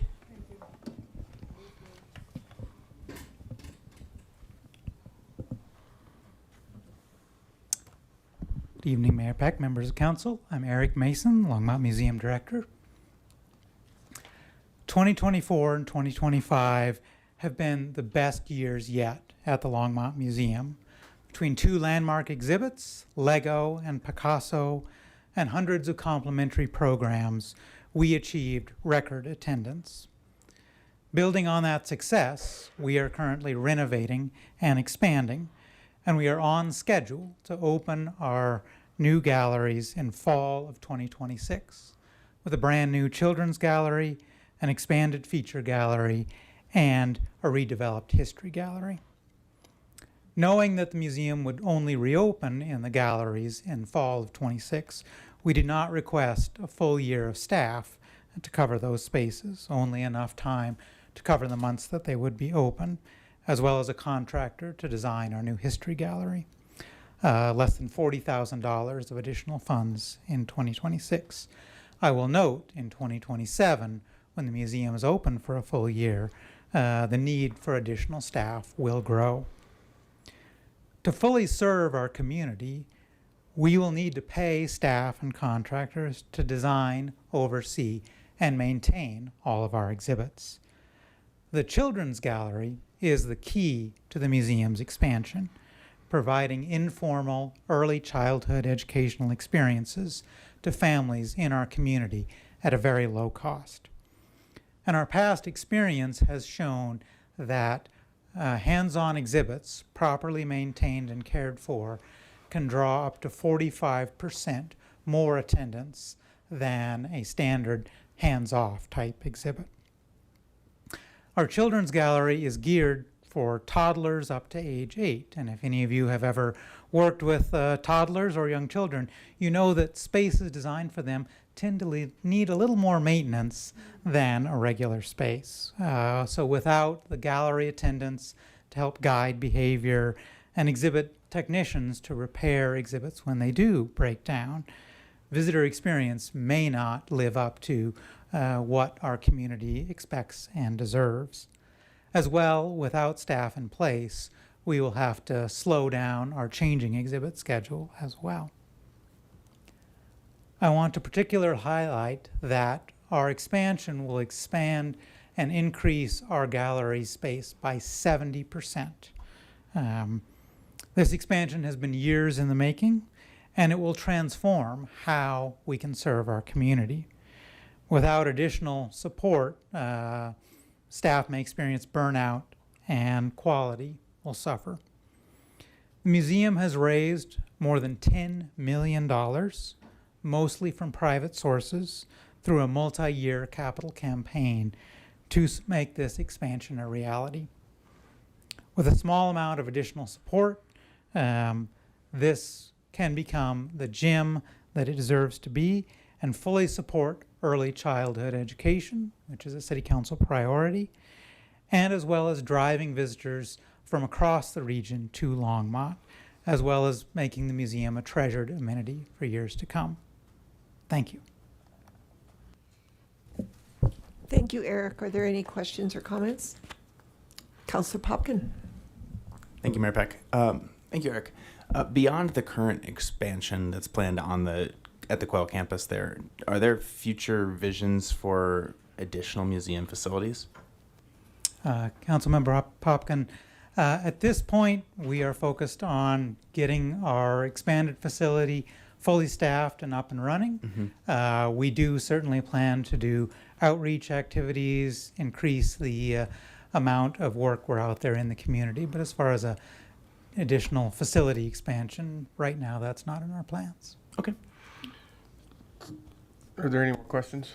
So to kind of give you a sense of, I think we're good, Eric.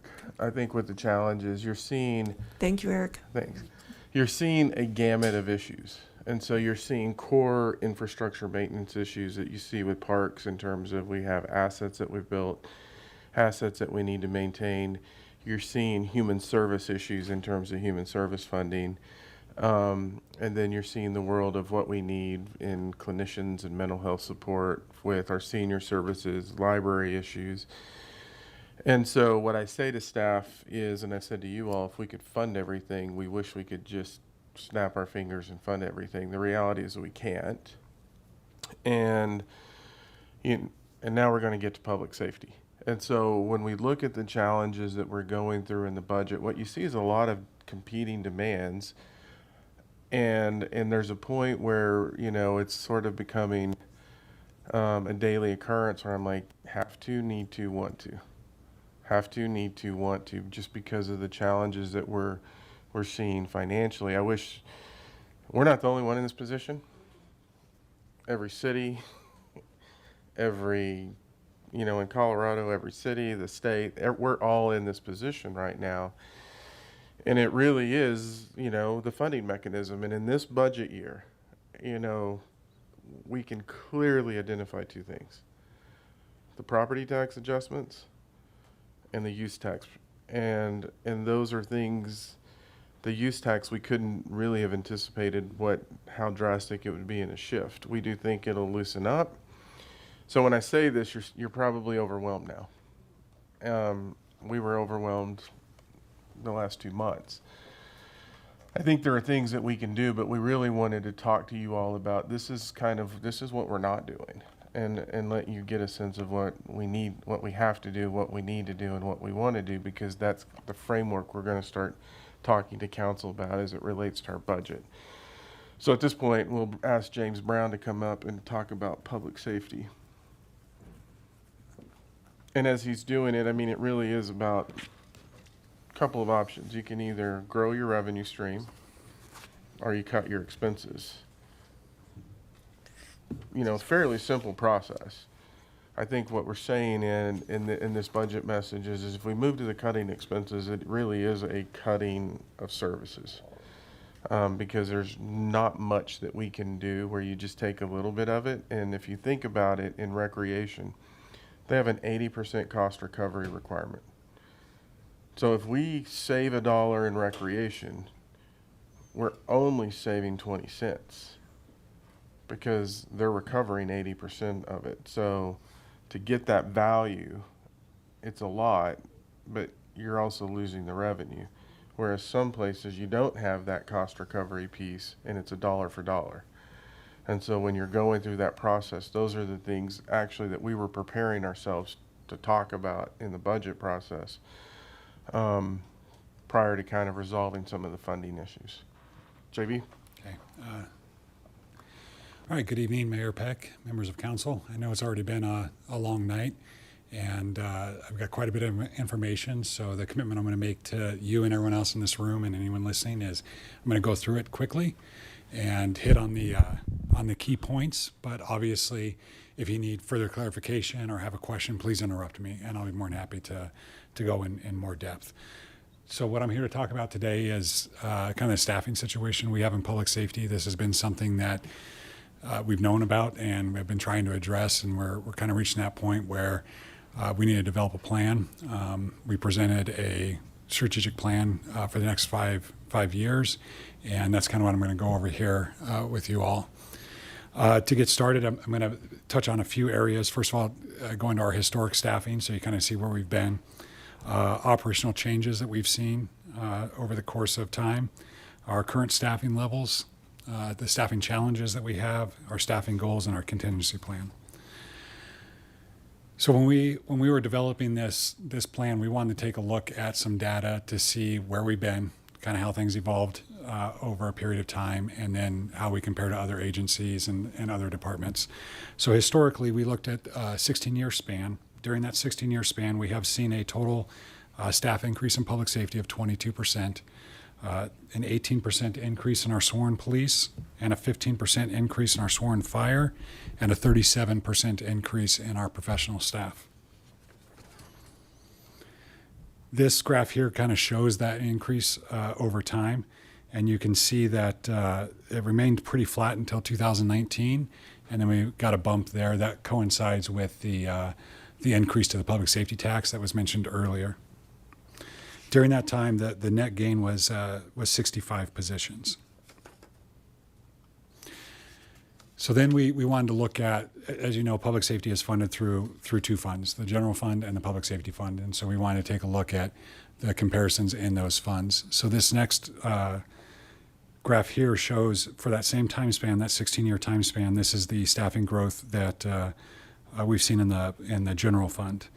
During that time frame, we've had an increase of 1.35 police officers, 4 sworn fire personnel, and no increases to our professional staff.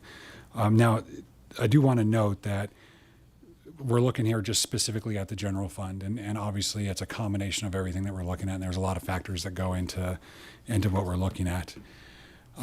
This next piece here, this next graph is showing that just taking a look at 2009 versus 2025 during that same time frame, the FTEs in the general fund for the city increased 25%, while again noting that during that same time frame, public safety had a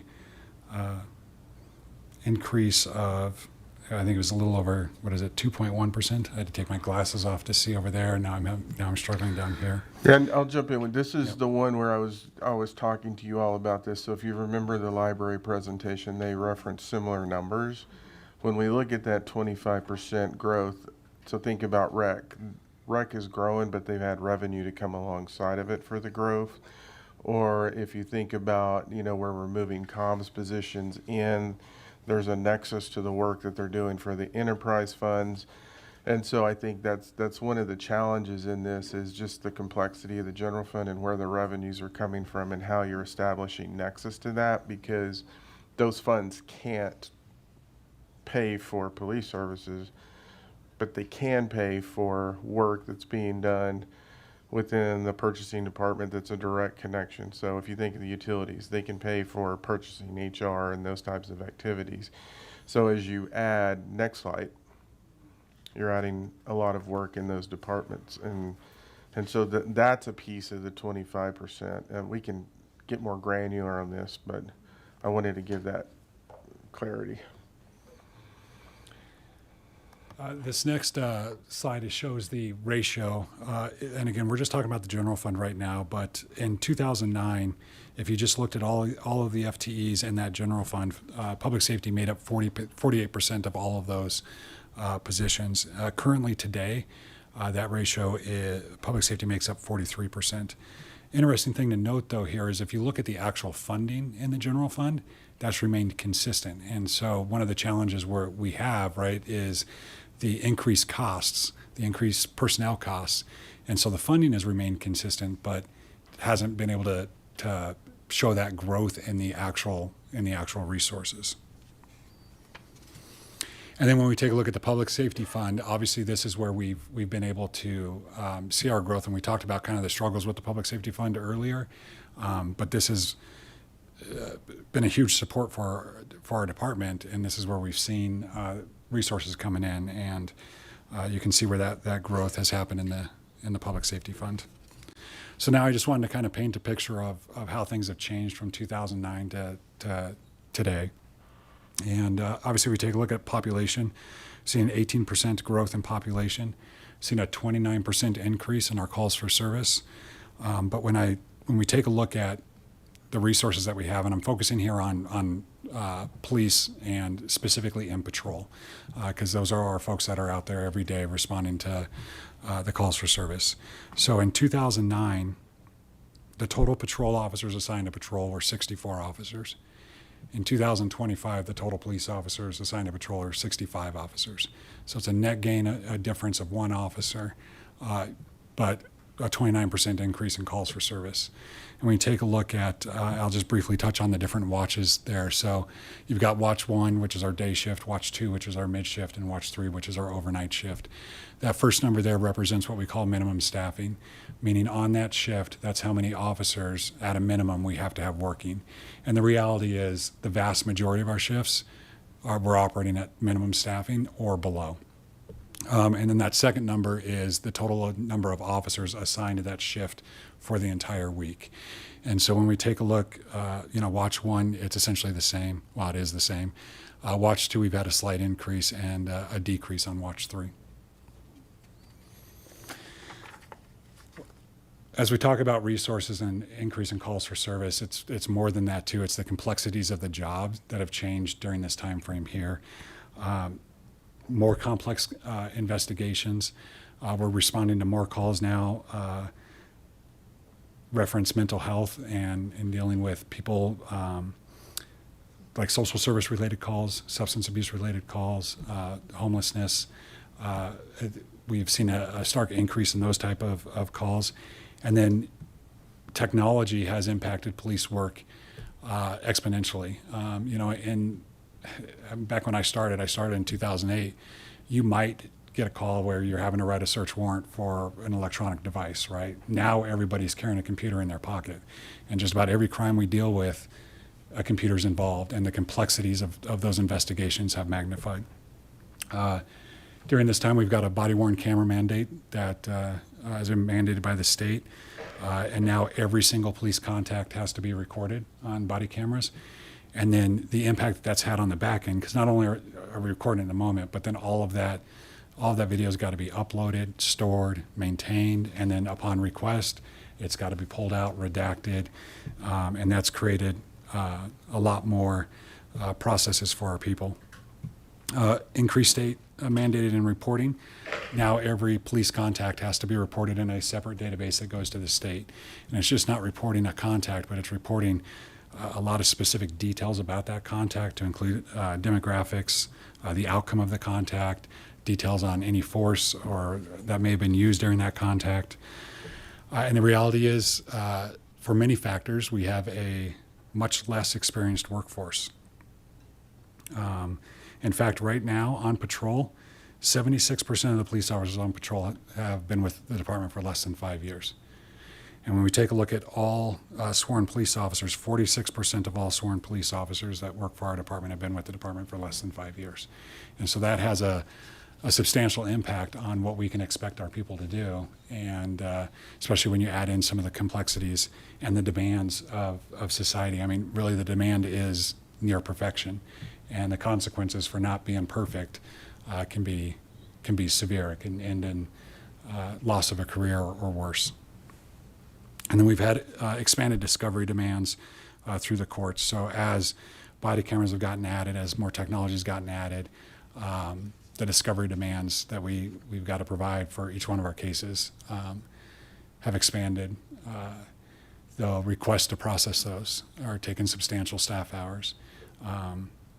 And the consequences for not providing that discovery means the cases, the good work our people are doing and the cases they're making, they'll be unsuccessful. Those cases will get thrown out. So that just kind of shows some of the complexity of the job. Next thing I wanted to look at was when we take a look at our priority calls for service. Now this data here, we pulled the data that was available in our new CAD system. So it's a 4-year look back. And caveat when we're looking at this data is obviously 2020 was an odd year for us. Can I just interrupt Yes, for a please. question? Sorry, just had a quick clarification on the previous slide. Just wanted to make sure I'm understanding this correctly. When you say every contact, are you meaning every physical contact between an officer and another human, or like is oral, like just having a conversation, an verbal encounter, like is that all considered a contact? Yeah, so the way that the law is defined, it's any contact a law enforcement officer makes with the intention of enforcing the law. So I wouldn't have to, if I'm walking into a convenience store and I say hi to somebody, I don't have to record that contact. But if I'm making a phone call to follow up on a call, yeah, that's got to be recorded. So it has nothing to do with like physically I put my hand on this No, person's shoulder no, and record it. It's it's- like truly every contact that is in the essentially- service of Yeah, law it's enforcement. essentially every contact a police officer makes. Thank you. Yeah, you're welcome. So going to the priority calls for service. So the one caveat there is 2020. Obviously, we had a lot going on in 2020 with COVID, but I still think this kind of shows the trends that we're looking at. And I'll just briefly touch on this. Since in this 4-year time, we've had an 83.8% increase in our priority calls for service. Really quickly, when I talk about priority calls for service, I'm talking about what we define as priority 1 and priority 2 calls for service. That's crimes that are happening in the moment. They're happening right now, and they require an immediate police response. So examples could be anything from a homicide to an injury, accident on the roadway.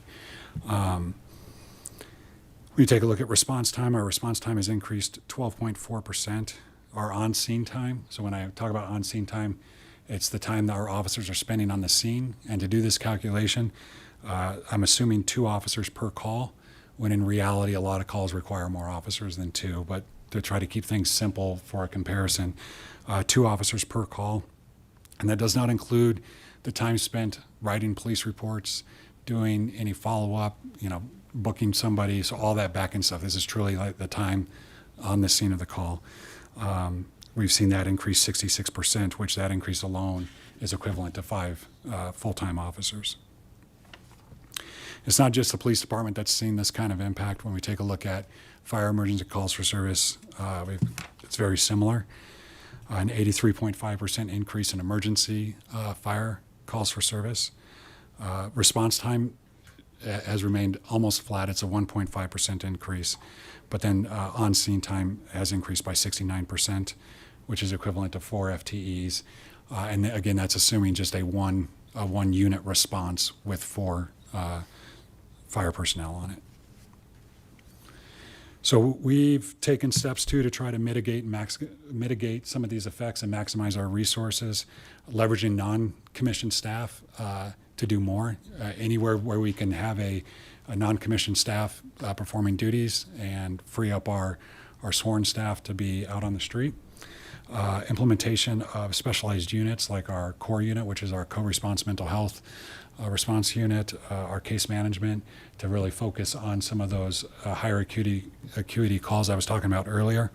Leveraging technology, whether that be use of AI in report writing, use of some of the real-time systems we have like drones, anything we can do to try and increase efficiency and maximize our personnel. And then finally, as a department, taking a look at all of our procedures, all of our processes, and trying to streamline those and decrease those bottlenecks and increase efficiency there. So the next part of what we looked at was, well, this is our current staffing level today, and we did a comparison on ratios per 1,000 residents, which the per capita ratio is pretty common when you're taking a look at comparing that. So police right now, we're at a per capita ratio of 1.61 officers for every 1,000 residents. Sworn fire is at 0.98, and our professional staff is at 0.97. Total for public safety is at 3.57. So then we tried to compare that to what that looks like nationally with some of the numbers that were available. So according to 2019 FBI data, the national average for sworn officers is 2.4 per 1,000 residents. The average in Colorado is 2.2 sworn officers. And cities that they classify as similar size is 1.64. One thing I want to add there is their classification for similar size cities are all the cities across the nation between 100,000 residents and 250,000 residents. So it's a wide variety of cities. On the fire side, the data isn't as available, but in a 2020 U.S. Fire Department profile study, they've got the national average between 1.54 and 1.81 per thousand, or per thousand residents. But with fire, there's many variables that go into that. You know, what the type of calls they do. Do they respond to medical calls? Do they not respond to medical calls? Population density. So, for example, East Coast cities tend to have much higher per capita rates than less dense areas. So in 2022, a Colorado staffing study was done looking at 21 different departments and districts, and the average per capita on that was 1.29 sworn officers per 1,000 residents. So those averages were helpful, but we really wanted to kind of try to focus in on some other cities that were similar to Longmont, similar in structure, and similar in size. And so we looked at these 6 cities here to just try and get an idea of where we stand next to them. Now, before I go into this, I'm going to tell you that doing an apple-to-apple comparison can be difficult because budgets are structured differently, departments are structured differently. So, like us being a Department of Public Safety, we have a lot of combined resources that we're using, and so it's not quite an apple-to-apple comparison, but I think it still gives us some good information. I'm sorry to interrupt you, but I would like to move that we extend the meeting past 11 o'clock. It's been moved by myself, seconded by Councillor Popkin. Let's vote. Can you do a verbal vote, please? Oh, all those in favor? Aye. Aye. All those opposed? That passes. Thank you. So when we looked at these 6 similar cities, the first thing we looked at was looked at total FTEs that they had in their main funds that support police and fire. And so when we looked at total FTEs, you can see there Longmont third on the list of being, and this is again based off of per capita at 11.4. Then we looked at, okay, of those FTEs, what percentage or what portion of that is committed to police, fire, and that's these ratios here. Now, like I said earlier, because we're a Department of Public Safety, you know, it's difficult when you just take a look at Longmont's police and Longmont fire. So I think a better representation is when you look at that combined number. So what we did is we looked at all the personnel in a police and fire department combined versus public safety combined. The one caveat I would say to that too, that complicates that though, is again going to the budget structure. So for example, here in Longmont, we have a dispatch center, and the emergency management is part of public safety, where in other entities, they may not have that, or they may be budgeted in different areas. Did you, some of the cities you looked at, they also have fire districts, right? We looked at everything that had a fire department. Department, not a district. So the fire districts create other challenges generally too. The average per capita on these those 6 cities we looked at, you can see how it breaks down here. And again, just kind of focusing on the combined number, that 3.8 versus the 3.6. The other numbers on there for police and fire, that's all police personnel and all fire personnel. It's not broken out into specifically sworn personnel. So some of the current challenges we're facing, when we've got people, we talked about, working oftentimes below minimum staffing, the overtime rates that our people are working. We talked earlier about the health effects that specific to police and fire and the organization as a whole. So the challenges we're facing include compromised safety, operating over capacity, widespread burnout, the inability to fill gaps due to injuries or long-term absences, a reduced amount of time for training, and then turnover and succession planning is always difficult, especially when we talk about our sworn positions.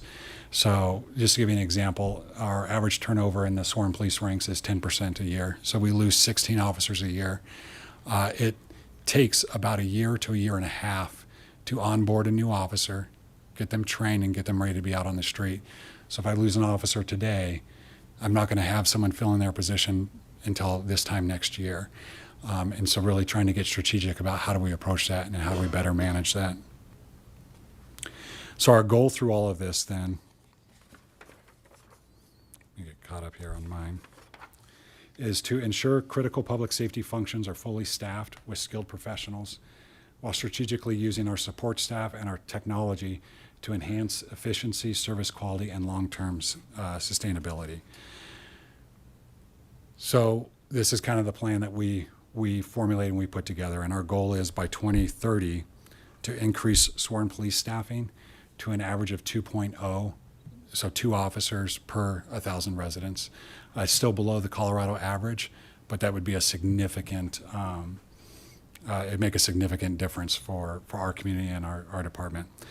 That would mean, though, adding an additional 40 police officer positions. Within that, obviously, if you're adding those type of positions, we'd have to add in some more supervisory ranks. So the way we broke it down was it would be 1 commander position, 2 sergeant positions, and 37 officer positions. And we proposed a phased approach. And really the crux of this is, I talked earlier about the turnover that we experience and having to get ahead of that so that we're not constantly chasing our tails or playing catch up. And so part of that would be adding what I'm calling 16 transitional positions.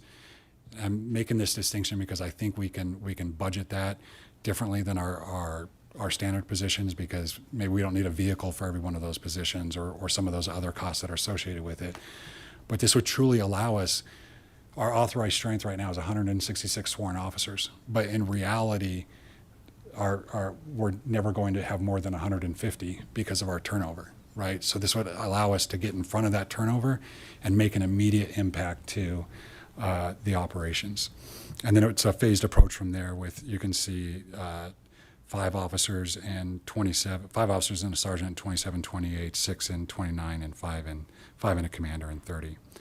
Part of this plan would also be to continue to leverage our non-sworn staff. So we have sworn officers right now that are performing duties that we could have non-sworn personnel perform those duties.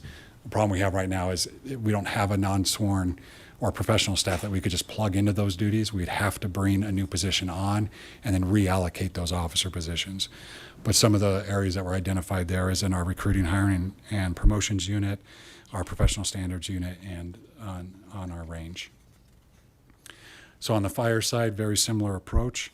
That approach is reaching a goal of 1.25 firefighters per 1,000 residents. That would require an additional 27 positions. And again, a phased approach. We looked at a 5-year phased-in approach with that. And one note with that too is these additional positions would allow the opportunity for the department and the city to pursue a city ambulance service, which could have budgeting ramifications to it, revenue, those type of things. On the professional staff side, we've got some areas that are definitely over capacity and need help. Our records department, I talked about all those, the discovery demands, the records requests have gone through the roof. And so our records department is in serious need of some additional help. So we'd have three additional PSTs in there. Property and evidence is another area. where we'd have an additional CSO in there, on fire administration, an EMS coordinator, and a codes inspector, an admin assistant for police administration, and eventually a facility manager for public safety. So right now, just to give you context with that, those duties are, we've got sworn personnel trying to manage the Safety and Justice Center and all of our fire stations and the training and the range. And so trying to really get our sworn personnel doing the job we need them to do. So with that, we had to obviously plan for, okay, what are some of the things we can do if this isn't possible? And before I click over to the contingency slide, I'm going to say that none of the options I'm about to go through are good options. But, you know, we've talked about some of the struggles we have, and so these are realistic things that we'd have to look at. So our contingency plan would include eliminating positions and programs. And I'll go through some of them, I'll hit on some of them, but in total, if we were to make all of these moves, we're estimating a savings of about $3.2 million, which would yield about 19 sworn positions, and it could be sworn police or fire. So some of the moves we identified would be the elimination of the collaborative services chief position and reallocating that position somewhere else in the department, and then reassigning the responsibilities of that position to existing staff. We have a grant coordinator position that's critical in finding a lot of our grant funding that we have to support a lot of our programs. We could eliminate that position, but that would definitely reduce our capacity to pursue external funding. Eliminate our case management program. That would eliminate our coordinator, project coordinator, 2 peer case managers. That would also effectively eliminate all of our grant-funded positions and all of the grant dollars that support the operations for that program. We could eliminate our core paramedics and switch our co-response model to police and clinician model. We could eliminate one of our core clinician positions. That position is that clinical position for the 4th team that we're eventually, I know there's strong desire to get that back. Eliminate a victim advocate position, but again, that'll decrease our ability to provide those services to our crime victims. Basically reallocate and eliminate the neighborhood resource team and reallocate those officers. Our data analyst position, 2 of our 4 animal control positions, our Humane Society contract, but again, that would eliminate services that we're providing our community. Reduce our K-9 unit and our SWAT capacity, reduce our Bright Collaboration contract, which provides restorative justice for our community, and then finally eliminate non-public safety positions that are funded through the public safety. But those positions are also critical positions. One of them is our public safety attorney and legal advisor, and so that would be obviously tough. So, like I said, none of those options are ideal, and none of those options we look at and take lightly. But it's the reality of we've got to find a way to get more sworn police and sworn firefighters on the street. So, with that, I know I breezed through that really quickly, but I'm happy to answer any questions or try to provide more context or detail. Councilor Popkin. Thank you. 2 clarifying questions. Could you just elaborate on what the Humane Society contract is and what the Bright Collaborative contract is? I can touch on it, and I'm sure others in the room can fill in more specifics, but I can tell you that our Humane Society contract is about $1 million a year, and that allows us to, when our animal control picks up a loose animal, we're able to take that animal into the Humane Society, house that animal there. So it's basically our contract with the Humane Society to take the loose animals here in the city. I know there's other services that they provide, of course, with that, and I'm overgeneralizing it, but I don't know, certainly if you want to add more, Harold, or Zach. Yeah, I think that's, it's the expense of taking the animals there, how many we're contributing, what their operating expenses are. You know, do you realize $1 million? Probably not, because you have to have a place to take animals and somebody willing to take it. So, and a lot of this, it's also, well, what's the expense and how do you manage it? So generally that's it. And Bright is restorative justice, right? Yeah, and a huge component of that is with our Rewind program. Right. And the services offered through there. So essentially, in lieu of arresting somebody or charging them criminally, we give them the opportunity to go through a restorative justice process, and if they successfully complete the process, then no criminal charges are filed against them. Thank you. You're welcome. Councilor, Mayor Pro Tem. Thank you, Mayor. You know, as I look at this list, I don't think any of these are negotiable. Like, and looking at what's proactive, and even listening to the judge speak earlier today, that we need even more, like how the calls to service are so nuanced, and there's so many different levels related to drug addiction, mental health, homelessness. So our problems are escalating, and I feel like this is not where we want to be pulling from. But then, in going back to the previous slide, where maybe it was the one before, where you had the phased-in approach. For police or fire? For police and then fire. But so is this where you were looking at going directly to the overall staffing, or looking at a phased approach when you were looking at the what could we eliminate so we can?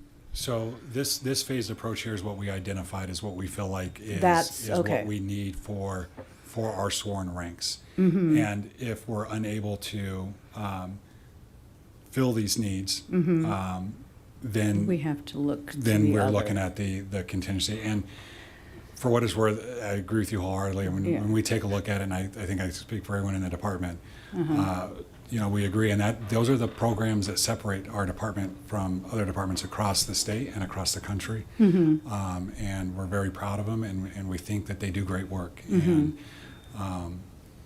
But at the same token, we've got to find a way to increase our patrol staffing. We've got to find a way to get more uniformed officers on the street responding to calls for service. And yes. So.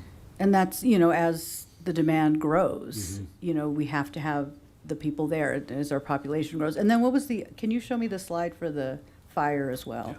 I just needed to have that bookmarked for myself. So Harold, turn it to you. What are some things that we could look at in our budget or looking for the future that we could not have to sacrifice much needed programs and staffing to help build up public safety to where it needs to be for 102,000 people? So I think that's a hard question, because when you look at, again, how lean we are, there's some significant things. And I can give you 100 options. The question is, what option is palatable in terms of how we look at this? When we think about the move from 2% to 3% for health and human service funding, that is money that would have gone into the general fund, but we've pushed it here. And those are different policy decisions, different discussions, different times. And I think when you're thinking about what's the change in the world and what we're dealing with, or do we throttle back on, and these are things that don't have a direct impact, but do we throttle back on money that we're putting in for the affordable housing and what we're doing, because there may be ongoing funding there. Again, there's not a good decision point in here and what we're looking at. I don't think we need to go to, this is the starting point for the conversation.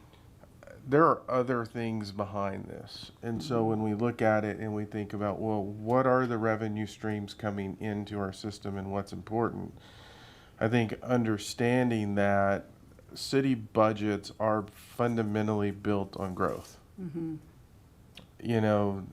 We can't necessarily, unless we raise taxes, it is the growth factor that starts creating capacity in it. And so when you have a project, what is generated from a sales and use tax perspective?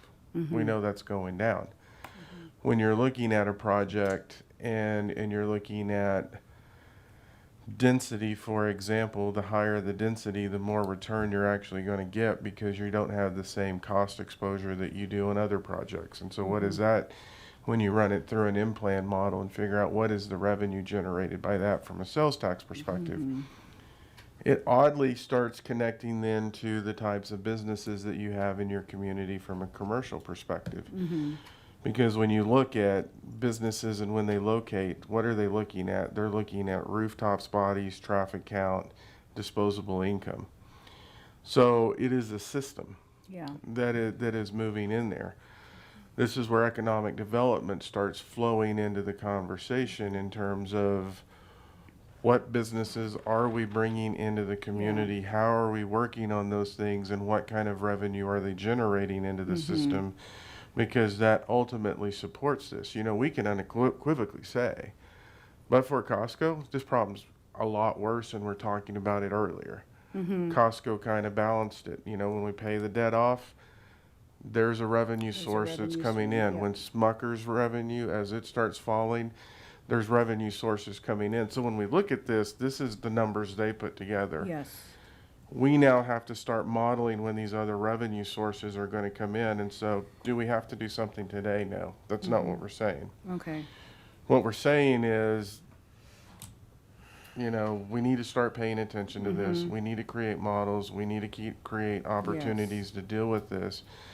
I don't want to be Chicken Little, the sky's falling, because you're one good economic development deal away from a bleak situation to you're in a much different situation. And I think really talking to folks about understanding, I know I don't like to use the word growth, right? Because growth triggers so many different things and so many different reactions. But if you look at cities that aren't, They die. there's a different situation, and you see in those cities where they're pushing fee increases and tax rates and things like that, because they're having to generate the money to accomplish the same thing. And when you're in a suburban area, it's even more complicated because many of the issues that we're dealing with aren't necessarily our residents. I mean, I talk to these guys all the time. A significant number of our significant issues are not generated by people who live in our community. And many of those have taken a lot of time and a lot of cost. Yeah. So you can't isolate yourself understanding that we're in that world where we're really adjacent to a lot of communities and things are moving in. So all of these things was to give you a flavor of kind of what the budget sessions were. Because every single one of them sounded like this. Yeah. Every department was a reflection of everything that you've heard. There are ways for us to move forward. I think it's use of technology. Evaluate how do we generate additional revenue? How do we understand the nexus between projects and the revenue those projects are generating to support the system? How do we really start digging into what do we need to cut? How can we get better? There are many solutions to this, so I don't want us to get trapped into trying to figure it all right now. Okay. I think we can bring many different options to you. And honestly, you heard earlier when I said there are a couple of projects that if we're able to get those done, could change this entire conversation. Okay. And so that's then where you see the other aspects of the organization sliding in and working on business development and economic development and these other issues, because one or two projects can change the financial trajectory. Yes. And so those are things we need to work through. This is kind of saying, here's this information, we want you to know it. Now we need to take this and start breaking it down. One of the things in this budget that you will see is we funded $500,000 to start an overhire program with police so that we can start minimizing the gaps of when people retire and they leave. Did we want to put $1 million into it? We did, but we also then had to put $1 million in to replace the radios. Oh, okay, yeah. Things come up. So do you replace radios or do you do this? And those are needed equipment. So I don't want us to get too lost in it right now. Okay. There are many solutions and we can find ways to do it. I think the important piece for us is really, as we're talking to the community, is to help connect the dots Okay. to, Well, and I don't want public to walk away thinking we're okay with letting go of core services. and we're not making that for any- proposal. yes, We are yeah. not making that proposal. So it made me a little Yeah. stressed. Yeah, I know, when I saw that. I'm itchy.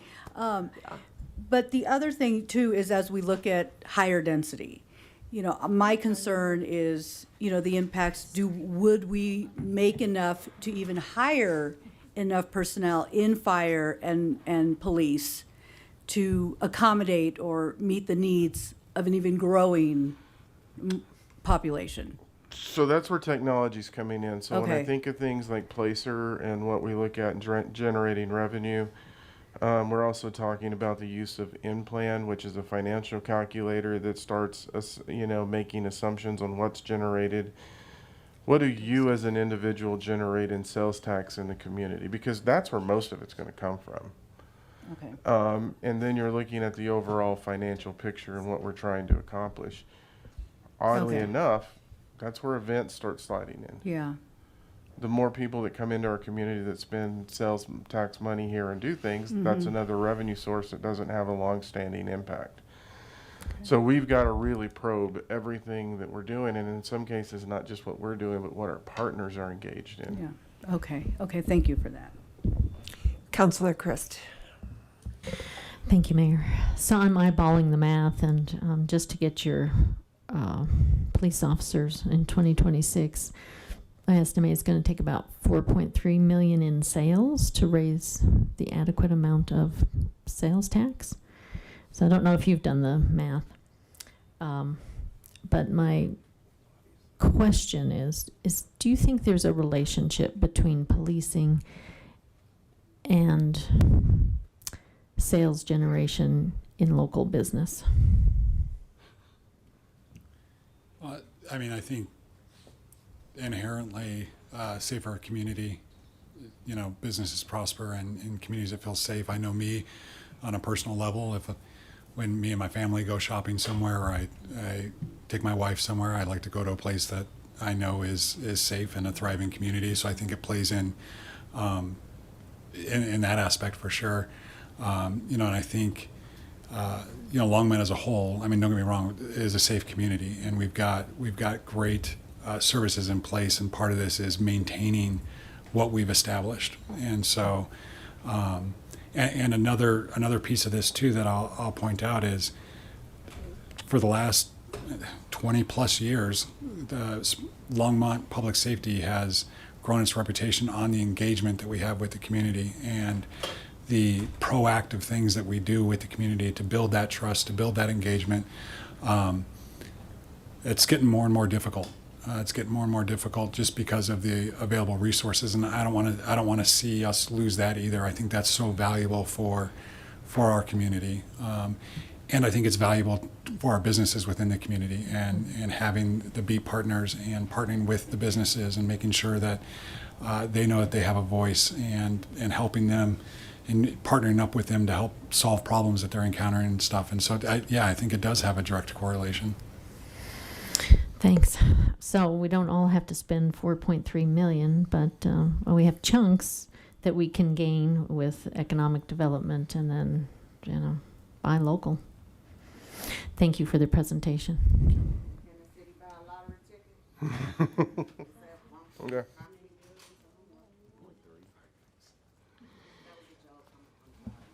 No, hey, I've thought about it. But, again, I kind of talk about this. When you see it, there's a trend. We're not in the position where we're making cuts. We're managing it. How do we think about the future? How do we think about development? How do we think about all the different revenue sources? Frankly, the decision that you all just made earlier on the enclave annexation, big change in this number. And so, and hopefully some of the things that we're alluding to, we can bring to fruition, and it will change the scenario. I wish I could say more, I can't. But there's a nexus to all of the things we're talking about. And half of that marijuana tax can go to some of those services He was just saying our mental health. Yeah, because on the other side of this, how much do we need to spend in children, youth, and family services to work with people ahead of the time so that they don't generate calls for service? Exactly. So now you're seeing the linkages that we're working with, and I do think there's solutions. I think we can bring it to you. I'm not saying Chicken Little, sky's falling. We need to be aware of this and start methodically moving to the future. I appreciate that you're bringing it to us and letting us hear from the departments themselves as to what they're facing and the challenges. So I will say this is thanks the for that. best budget year I've had since I've been here. They fully embraced, I don't care whether it's good news or bad news, just give me the news. And it's kind of led to this conversation and how we're presenting to you. So I really appreciate them. Yeah, I appreciate it too. It's better. Okay, is there anything else? Are you finished? Oh, Counselor Popkin. Just a quick comment building on that, because last week the Planning and Zoning Commission saw the redevelopment of the Walmart site proposal, right? And that's another great example from a system standpoint where you have this blighted property that's been a source of criminal activity and calls for service that's now being like redeveloped for more housing and more services, but also going to help bring kind of that funding to our budget as well, right? Yeah, so theoretically, I think the numbers we saw on that, just from the sales and use tax, is that if it were to hit this year, that probably would reduce the deficit that Therese is talking about at around from $2 million to probably a little under $1 million. So, I mean, that's the impact now. And then the sales tax generated from that obviously changes the public safety fund and these other issues. And so, yes, that's real long-term financial impact. And that shifts where the decreases the calls for service from that area too, but we're specifically talking about Correct, the public 'cause safety. there's a lot. Yeah. Cool. Thank you. Okay, we are now at Mayor and Council comments. City manager remarks. I do have one for you all. You all directed the 20. So thanks for hanging with us tonight. We hit this one really heavy because of the regular sessions. We're trying to lighten the budget load on those days. So thanks for hanging with us. The 23rd got packed. You all said to bring the ordinance that Zach was bringing on the 23rd. The standing sit lie and ordinance. sit and lie, yeah. Zach's actually ready to bring that at the next regular session, which if council's okay with that, we'll do it, and that'll lessen some of the load on the 23rd. Okay. All So good. if I can get a motion from council to do that, I would appreciate it.